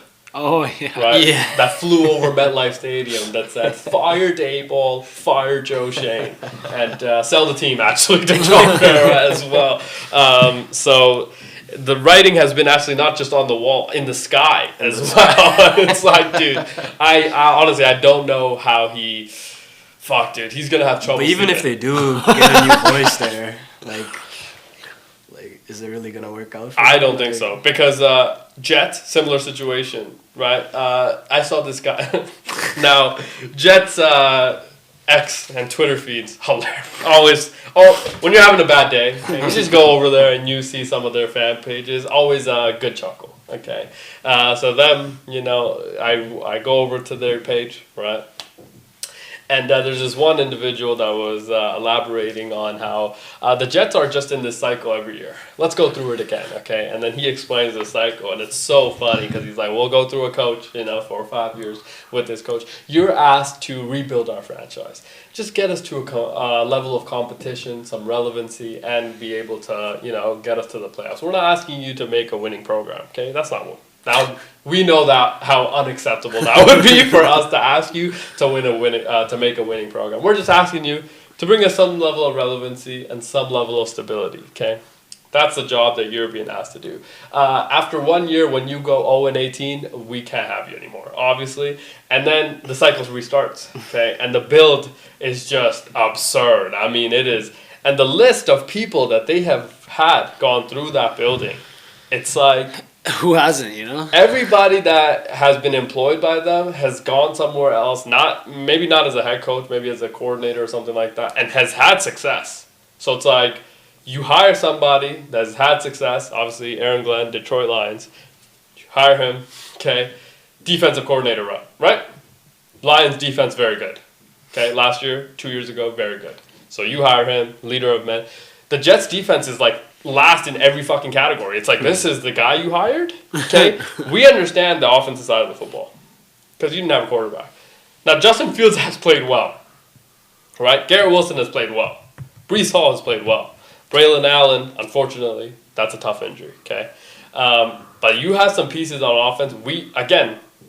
You can win some games with the way that offense is played if you just play some defense.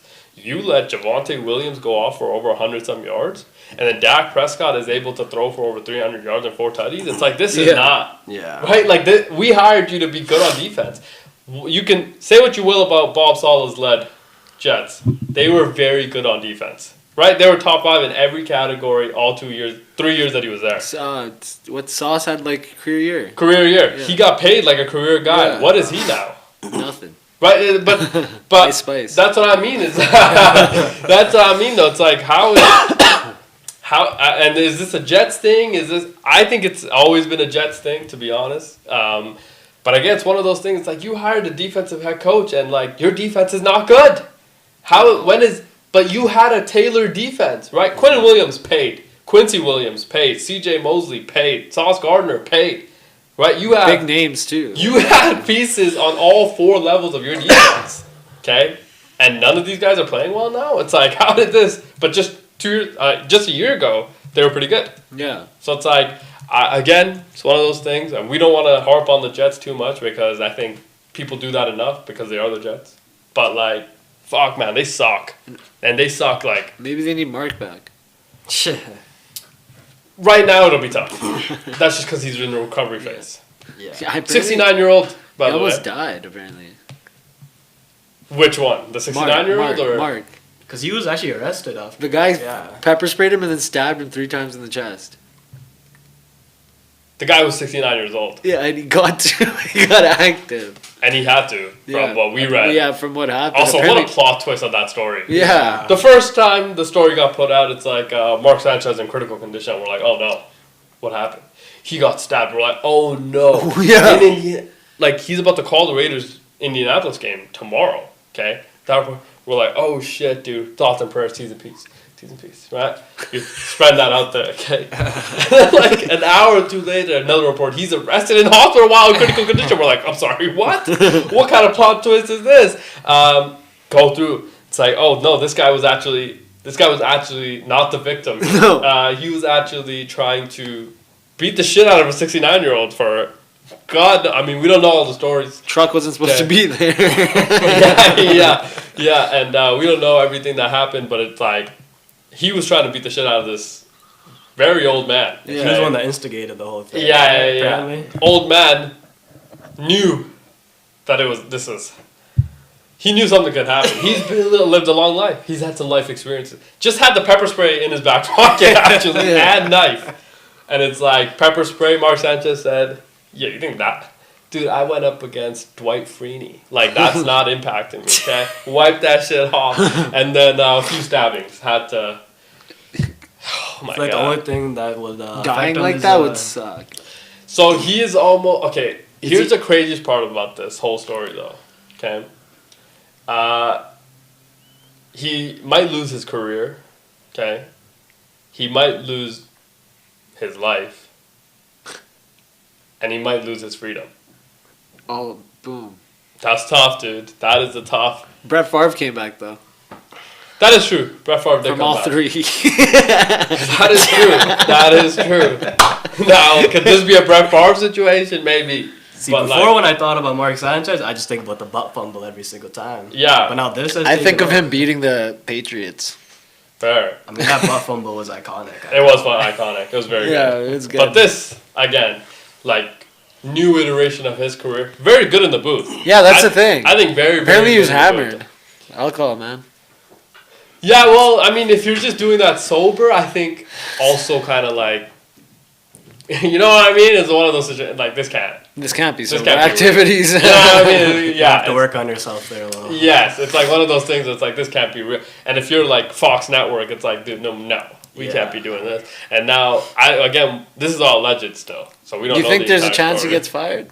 Like if it's all true? Absolutely. It has to, If right? it's true, then yeah. Absolutely. I don't think as, again, no fun league. But also you just can't be connected to, if this is true, to the guy's 79 years old, man.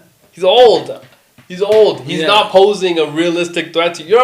You're an ex-professional athlete, so you He's are. like 40, right? Yeah. But Yeah. you're still much more No, yeah, 100%. Yeah. than like the average Joe. So it's like a 69-year-old man isn't impacting And Nelly it definitely G, did let not need to alone- get to that situation where you're getting stabbed in the chest. That apparently there was a release of things from the victim in this situation, which is actually not Mark Sanchez, and like his face and a lot of injuries he incurred. Yeah, he was fucking him up in his truck apparently. Yeah, so a Yeah. lot of the injuries he incurred, and he had to get carried to the hospital, and he was in critical, like I think remains actually in the hospital as well. So it's like none of this is good. Yeah. Okay, and we hope obviously that. Is Mark in the hospital? He's still in the Yeah, hospital. he's still in the right? hospital as well. So it's like we hope that this all is resolved, Situated. and whatever the outcome is, will be the outcome, and obviously we will address it as that. But just shitty, man. Just shitty to have that happen on a random Saturday night. Yeah. You know what I mean? Like a random Saturday night, and it just felt like could have been watching the UFC. Yeah. Which we were. Oh, great fight. UFC 320 was interesting to say the least, but there were some really, really good fights. There were some Yeah. really. Yuri Prochazka and Khalil Roundtree. Great. What are we even talking about? What kind of fight? What was that? That was a 3-round fight for 2 rounds and probably like the first 10 seconds of the third round as well. But I felt like for 2 rounds, Khalil Roundtree had this guy in another realm. I mean, this guy, Yuri Prochazka was. He didn't even know where he was at a point. It was like this guy was getting pieced up left, right, and Yuri, was able.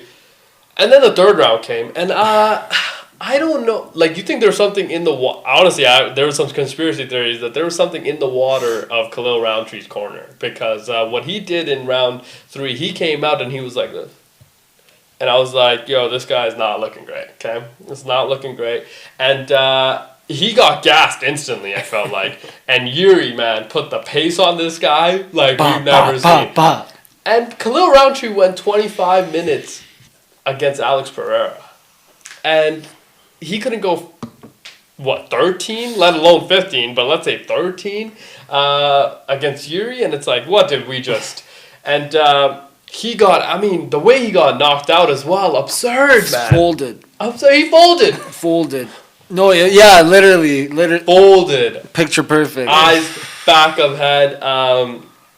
Wow, what a fight that was. Incredible. The last 3, even the Marab fight, like, I don't like fights like that. Like, I love Muneeb. No, I like like wrestling. fighters like that, like, just like. Oh, I love that. That's my favorite type of fighting.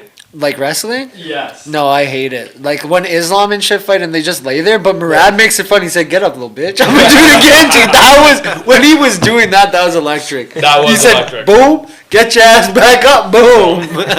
And then he said, "You want to play for a little bit?" Didn't think so. On Friday, we talked about how, Marab fighting Corey Sandhagen, and I think Corey Sandhagen was like plus 3,000. No, plus 300. Yeah. Something like that. Something like that. And I think, I was like, it should be plus 3,000. Yeah. Because Marab, in my opinion, greatest athlete in the world right now. Okay, there's nothing that the stamina on this guy. Yeah, he was chilling after the fight. Absurd. Okay, he's able to go 25 minutes with not even breaking a sweat, it feels like, and absolutely dominating in the octagon. He's on an incredible win streak as well. He won ESPY for best athlete in the world right now as well, right? So it's like a lot of people do agree that he is very, very good at what he does. But Corey Sandhagen did feel like he didn't belong. No. Right? Didn't it feel like it was a completely different type of... Yeah, he got thrown in there. Yeah, he got thrown in there. He's still number 4th ranked, obviously, contender in that division. But Corey Sandhagen potentially doesn't ever get back to the top because the UFC is not tiered in a way where it's like every year you have a chance to get back. You might get one your entire career. You might get 2, 3, right? Some people have had multiple opportunities to get back to the mountaintop, but he might never get back to the mountaintop. And it's like, that was not the time to fight the guy at the very top because the guy at the very top is unlike anything you've ever seen, right? He's unlike anything you've ever seen in that division. He's so opposite from you. And he's better at almost everything than you. So it's like, that's going to be, again, Corey Sandhagen very, very good, but I think it just goes to show you how he connected a couple shots. Connected a couple clean shots, and he said, I'm right here. There's levels to this. There are levels. And who's Marab going to fight next? I don't know. But I honestly think the fight to be made, if you are the UFC, has to be Umar again. He has to fight Umar Nurmagomedov against Marab. Obviously, that fight went 5 rounds. Umar broke his hand in the 3rd round as well in that fight. And Umar, won 2 rounds, I think lost 3, so it was a split decision fight. It's like, that was the closest thing we've ever seen against Marab. Now, is Umar going to be able to beat Marab? I think that's a very tough ask for anybody right now, just because this guy's on a generational tear. He's on 11 fight win streak. That's what I love about the UFC. This guy could be on a generational tear and then one right hand. One right hand. Stops everything. It's crazy. Absolutely everything. And then we go on to the main event. And the main event was interesting. Alex Pereira and Uncle Live 2. Alex Pereira and Uncle Live, they fought against each other earlier this year, right? They fought against each other earlier this year, where Uncle Live looked like a much better fighter. And Alex Pereira lost his belt to Uncle Live. That was his first time going up against a wrestling style and that. But it did feel like he never got into a groove because he was either scared of the takedown or didn't want to fight at distance. So it was kind of an interesting dynamic there. He came into this fight and felt like he, in the locker room, actually shaved his head. Didn't it feel like it was just perfectly shaved head in this fight for Alex Pereira? I was like, feels like he had the razor as in the back room, and that's what he was doing before the fight. And he comes out. When you see fighters' eyes, I think you can predict the victory. Yeah, it was. And when you saw Uncle Live's eyes, it was like, oh, this guy. It was this for me. He just couldn't stop moving. You know what I mean? And then you look over and buddies. Yeah. I'm gonna kill your ass right now. But it did feel like Uncle Live, unsettled, nervous, twitch, and it gave you very much a Jose Aldo feeling. And it was just like, I'm not loving this kind of reaction from the champion, okay? Current champion, it's like, first time title defense though. That's why I always say, I think when you become a champion and you get that target on your back, yes, you become a much better fighter because you have to now. But that first title defense, you never know what it's like to main event a title fight when you are the champion, not the contender, okay? When you are the champion, it's like, now it's very, very different type of pressure. The lead up is different. Especially a hated champion. Yeah, he wasn't that, I don't think. He's been, I think, very, gracious in his approach. The UFC really likes him because he's taken every fight. Alex Pereira is the star, though. Okay, so that is after Conor, I think their biggest star right now. Okay, was Alex Pereira. But it was one of those things. It's like, didn't love kind of the walk up. Didn't love how he was, a little bit of nervous twitch. The eyes looked a little bit like, might not go well. And Alex Pereira, I mean, dude, the guy beat him in like a minute. It was like one of the weirdest. But did you see the right hand? Yeah, I mean, the right hand, I'm surprised didn't knock him out. Yeah, because it was right behind the ear. Bro, it was right behind the ear, and bro, I didn't take in how big, bro. His hand covered from the ear to the face. I said, holy, I said I would have been dead. Yeah. Face all gone. But also, like, equilibrium probably completely. No, because he got buzzed for sure, and then he tried to go for the takedown, but he's so off. Which I didn't like that. No, that's what wrestling fighters do when they get stunned, though. Everyone, if they get buzzed, that's your instinct. Yeah, but then if you're gonna do that, you have to take him. No, you have to take him, but he got fucking rocked, man. Like yeah, he got absolutely. Yeah, and that's his first instinct, and he almost had it too, but then Pereira just shoved him off. Yeah, but it's just like I again just didn't love even before the right hand happened. It's like you go back yourself in that corner. Yeah, into the corner. Yeah. It's like now you can't apply pressure or. Now you are the one that has to play defense. You have to get out of the box. Do you ever want to play defense in that type of with him element? Too. Yeah, like that Especially element. No, because you want to like. Alex is fighting straight. He fights very straight up, so you will hit him. Okay. Yeah. But you have to know when you're gonna hit him. He just looks scared as fuck. Yeah, it just felt like there was a little bit of fear that kind of crept in. And I mean, credit to the ref.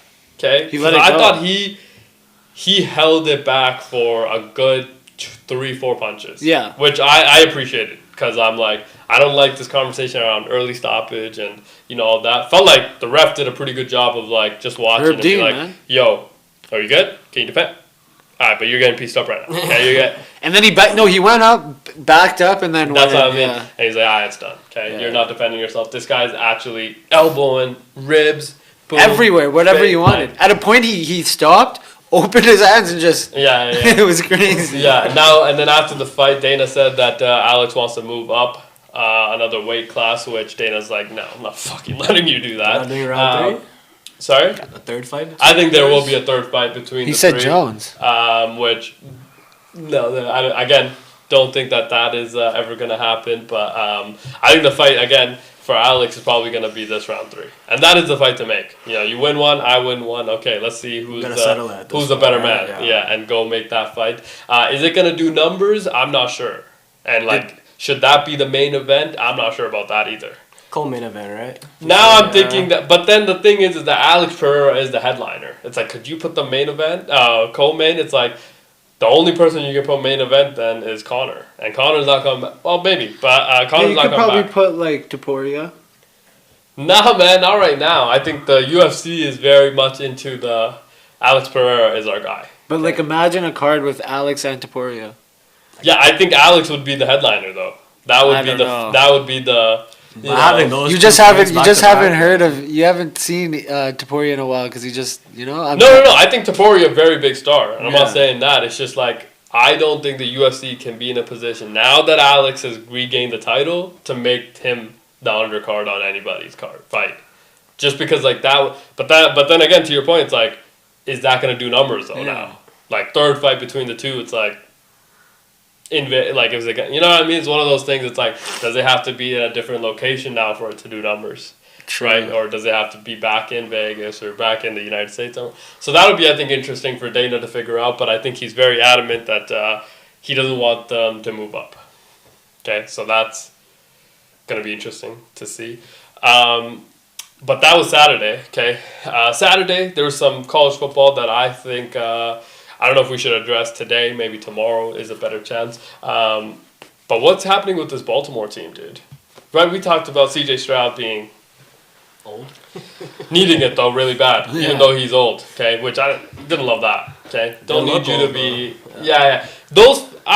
First time I saw that, I thought it was AI. I swear to God, I thought it was AI getting me. Okay, and then I saw people actually reacting to it. I'm like, oh, is this is actually a real thing? This guy is actually talking about. It's like one step down and subbing yourself out. Yeah, it's one of those where it's like this is not a good look. Not what I want my quarterback to be saying. Now I will say when you go out there and ball out like the way he did, it's like okay, say all whatever forgiven. You want. Yeah, all is forgiven. he had an incredible game. Oh yeah, he managed the game beautifully. The defense was doing its thing. But Baltimore, man. It's fucked. I mean, I said it from a couple of weeks ago. Harbaugh, Yeah. your job is on the line, man. I'm saying this right now.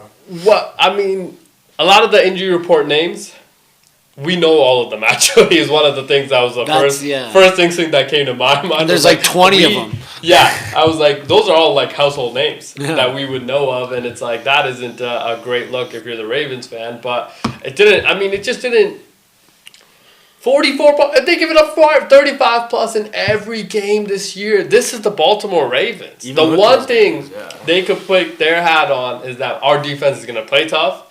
It's going to stop the run, and it's going to be gritty on the back end. They haven't been any of those things, and it's like this is. And Derrick Henry's slowing down. And he hasn't played great. Yeah. So it's like, this is not a great... But that being said, you're only relying on him now as well. So it's like, the team is loading the box, especially if there's no Lamar Jackson read option kind of thing that you have to worry about anymore. Is Lamar going to play next week? I fucking hope so. You think so? I don't think so.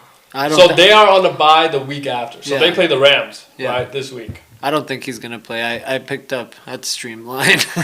Yeah. But if they do lose this upcoming week, their season's done. You think he comes back? So I don't think their season's done, to be honest, because I do think that they can make They it. can rattle off 6 in a Yeah, row. I think they can But make if they it. lose bad again, like 44-10, Yeah. on the without Lamar? without Lamar. Yeah, no.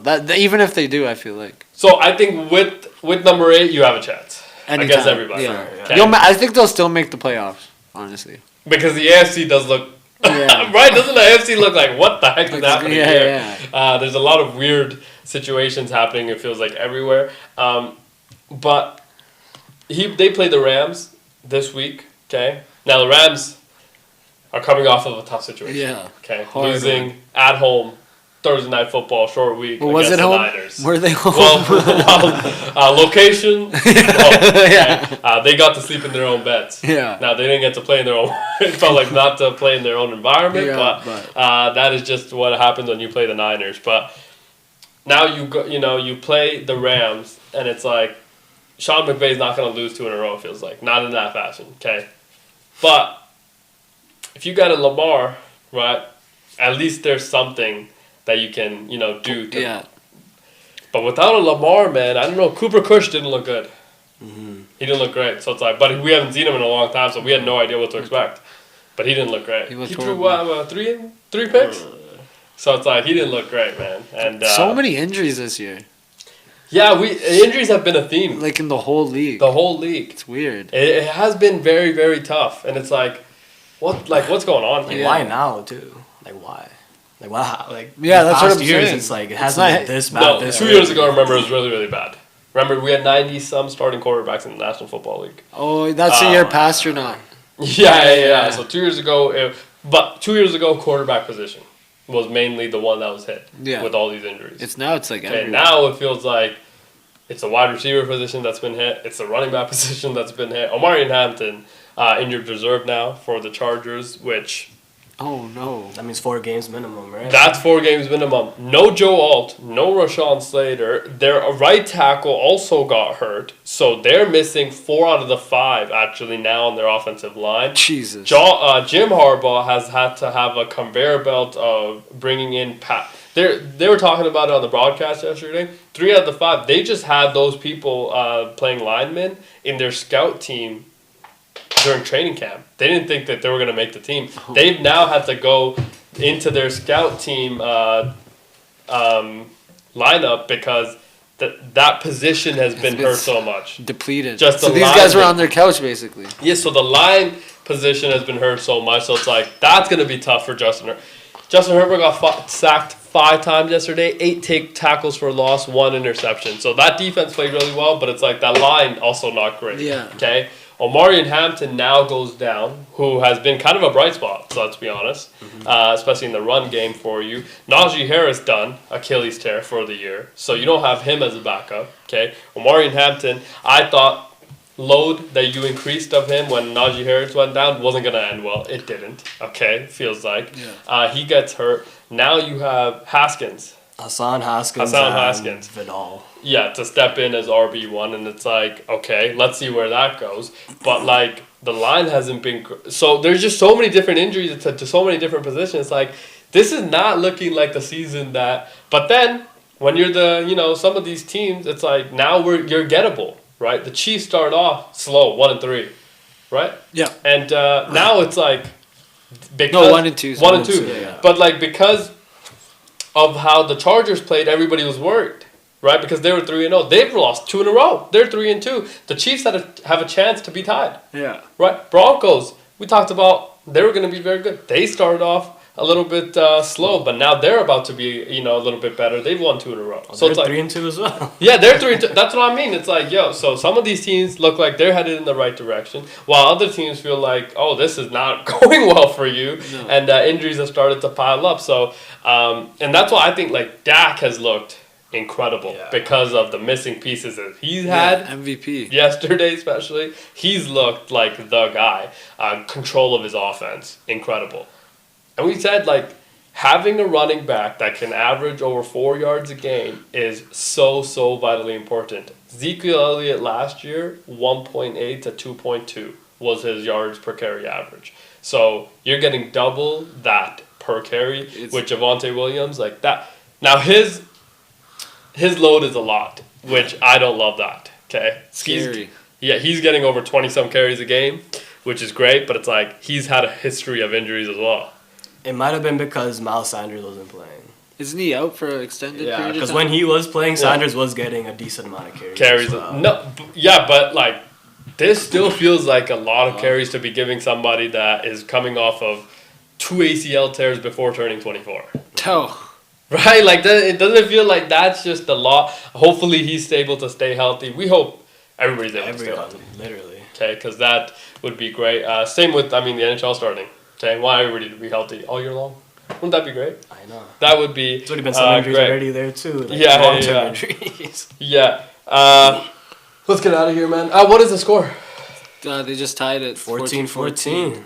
Hunter 70-yard catch. Travis Hunter. Over 2 people. So this is the first time we're going to be seeing Travis Hunter in prime time. I kind of like him. This is my first game I've really watched. They leveraged their entire future to go off to get him. I was just watching. No, he hasn't been good. Do you see Chad Ochocinco talking about it?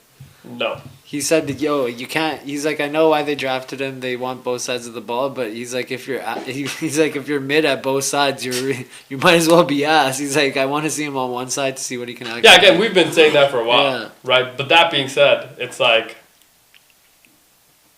the Jags are not the team to make that decision, okay? Because they've never been good with that. You know what I mean? Yeah. It's like, have they really been the developmental team that we can look at and be like, yeah, they've put their players in a great situation? It's like, nah, they haven't really done that. So it's like, I think that's going to be a little bit hard for us to expect out of them. But everything we've heard about Travis Hunter is that he's the unicorn. Yeah. Okay. So I do think, I do think that he is the person to give that chance to. So I do think it's a little early. Now we will obviously complain about the fact that you're getting mid performances from both sides. So it's like, what's the point of it? But it's like, dude, we're still winning right now. Okay. Yeah. It only gets loud when you start losing a lot. Yeah. Now the Jags should be 4-0. Okay. Jake Browning all over them in the fourth quarter of that game. Ended up winning that game. Okay, and we know what the Bengals are right now, so that's gonna be kind of interesting. But I mean, can't wait for tomorrow. So tomorrow NHL. Okay. Yeah. Blue Jays game. I mean, that's gonna be lit. It's gonna be beautiful. Any Blue Jays game? I mean, any baseball games happening today? Dodgers and Phillies, no? I believe the Brewers are playing today. Yeah, Brewers and Cubs and Dodgers, Phillies. Yeah. Okay. Dodgers were up 4-0 last I checked. Dodgers won. Okay. 4-3. Oh, they're gonna. And the Cubs Brewers top of the third 3-3 already. Phillies, this could be the last dance. Yeah. This could be the They last don't have dance. enough money to sustain. And it's going to be incredibly heartbreaking for Phillies fans because this is the third straight year of trying to overcome this hump. Now, all the conversation, obviously, MLB released that incredible video that we showed on Friday of Phillies, The Last Dance, and maybe there's a Netflix documentary on this team and everything that they put together in Philadelphia to be the team that's supposed to beat the Dodgers. And and now it's 2-0. And with one game left, But back in instead- LA. Instead, we should get the Blue Jays documentary when they beat when the they Dodgers. win. Yeah. That's gonna be great. Cross country trip. That's gonna be a little bit hard. Yeah. Edmonton, Florida, been doing it though. That's Yeah. Which distance. I never understood. The NHL made that like point many a times, like this is the longest like travel between any team and all that. But like then you scheduled the game back to back. I know, like when you're I traveling don't understand too, that. right? Yeah. It's like how did you guys not? Well, they keep the understand- format the same every year. But this past No, year was they weird don't. because like the first two games in Edmonton, Yeah. it was like It was two two-day day break. But then between games 2 and 3, it was a 1 day. 1 day break. Even though It's you like gotta the travel day Yeah, should. it'd be 2 days. The same city. Oh, you know why it was like that? Because the finals. Because the NBA finals, they weren't trying to play on the same day. No, I again completely understand all those reasons, but it's like, what about your product? You know what I Yeah. mean? It's like, can we don't value wanna compete. your product, or do you want to value the TV money deal? Yeah. But you just signed What it, they so it's should like, have who done. cares? Yeah, what they should have done was just maybe start your game an hour earlier. Yeah, I don't know. I think that they could have figured that out a lot sooner and maybe potentially make it a better kind of experience. But it is what it is. I can't wait for the Shout out NHL. Gary Bettman. I can't wait for the Blue Jays and great day today, guys. Should we call coach and tell him that his Ravens suck? Yeah.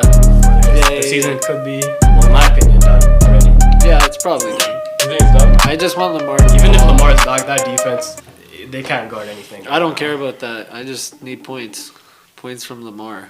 Okay. Yeah. You're not, well, we're not gonna get any. We assume because he might not be playing. Coach is not gonna answer. He's like, dude, these guys are. Coach in the cowboy hat. Yeah. Coach in the cowboy hat was interesting. That was an interesting look. I don't know how I feel about it. I think with the stash it works because if you no stash it, that's a weird look. Yeah. Yeah. Okay. With stash, I think where we live, you can pull it off. Okay. But like Looking that was like- a weird look. Looking like Uncle Ruckus. It was a little bit Uncle Ruckus like. Uncle Ruckus though, legendary character, but like top character to be compared to. Okay, that's we don't want to put that out there No, either. no, All right, cool. Let's get out of here. We'll be back tomorrow, and we'll catch you up on all things sports. See you then. Peace. Peace.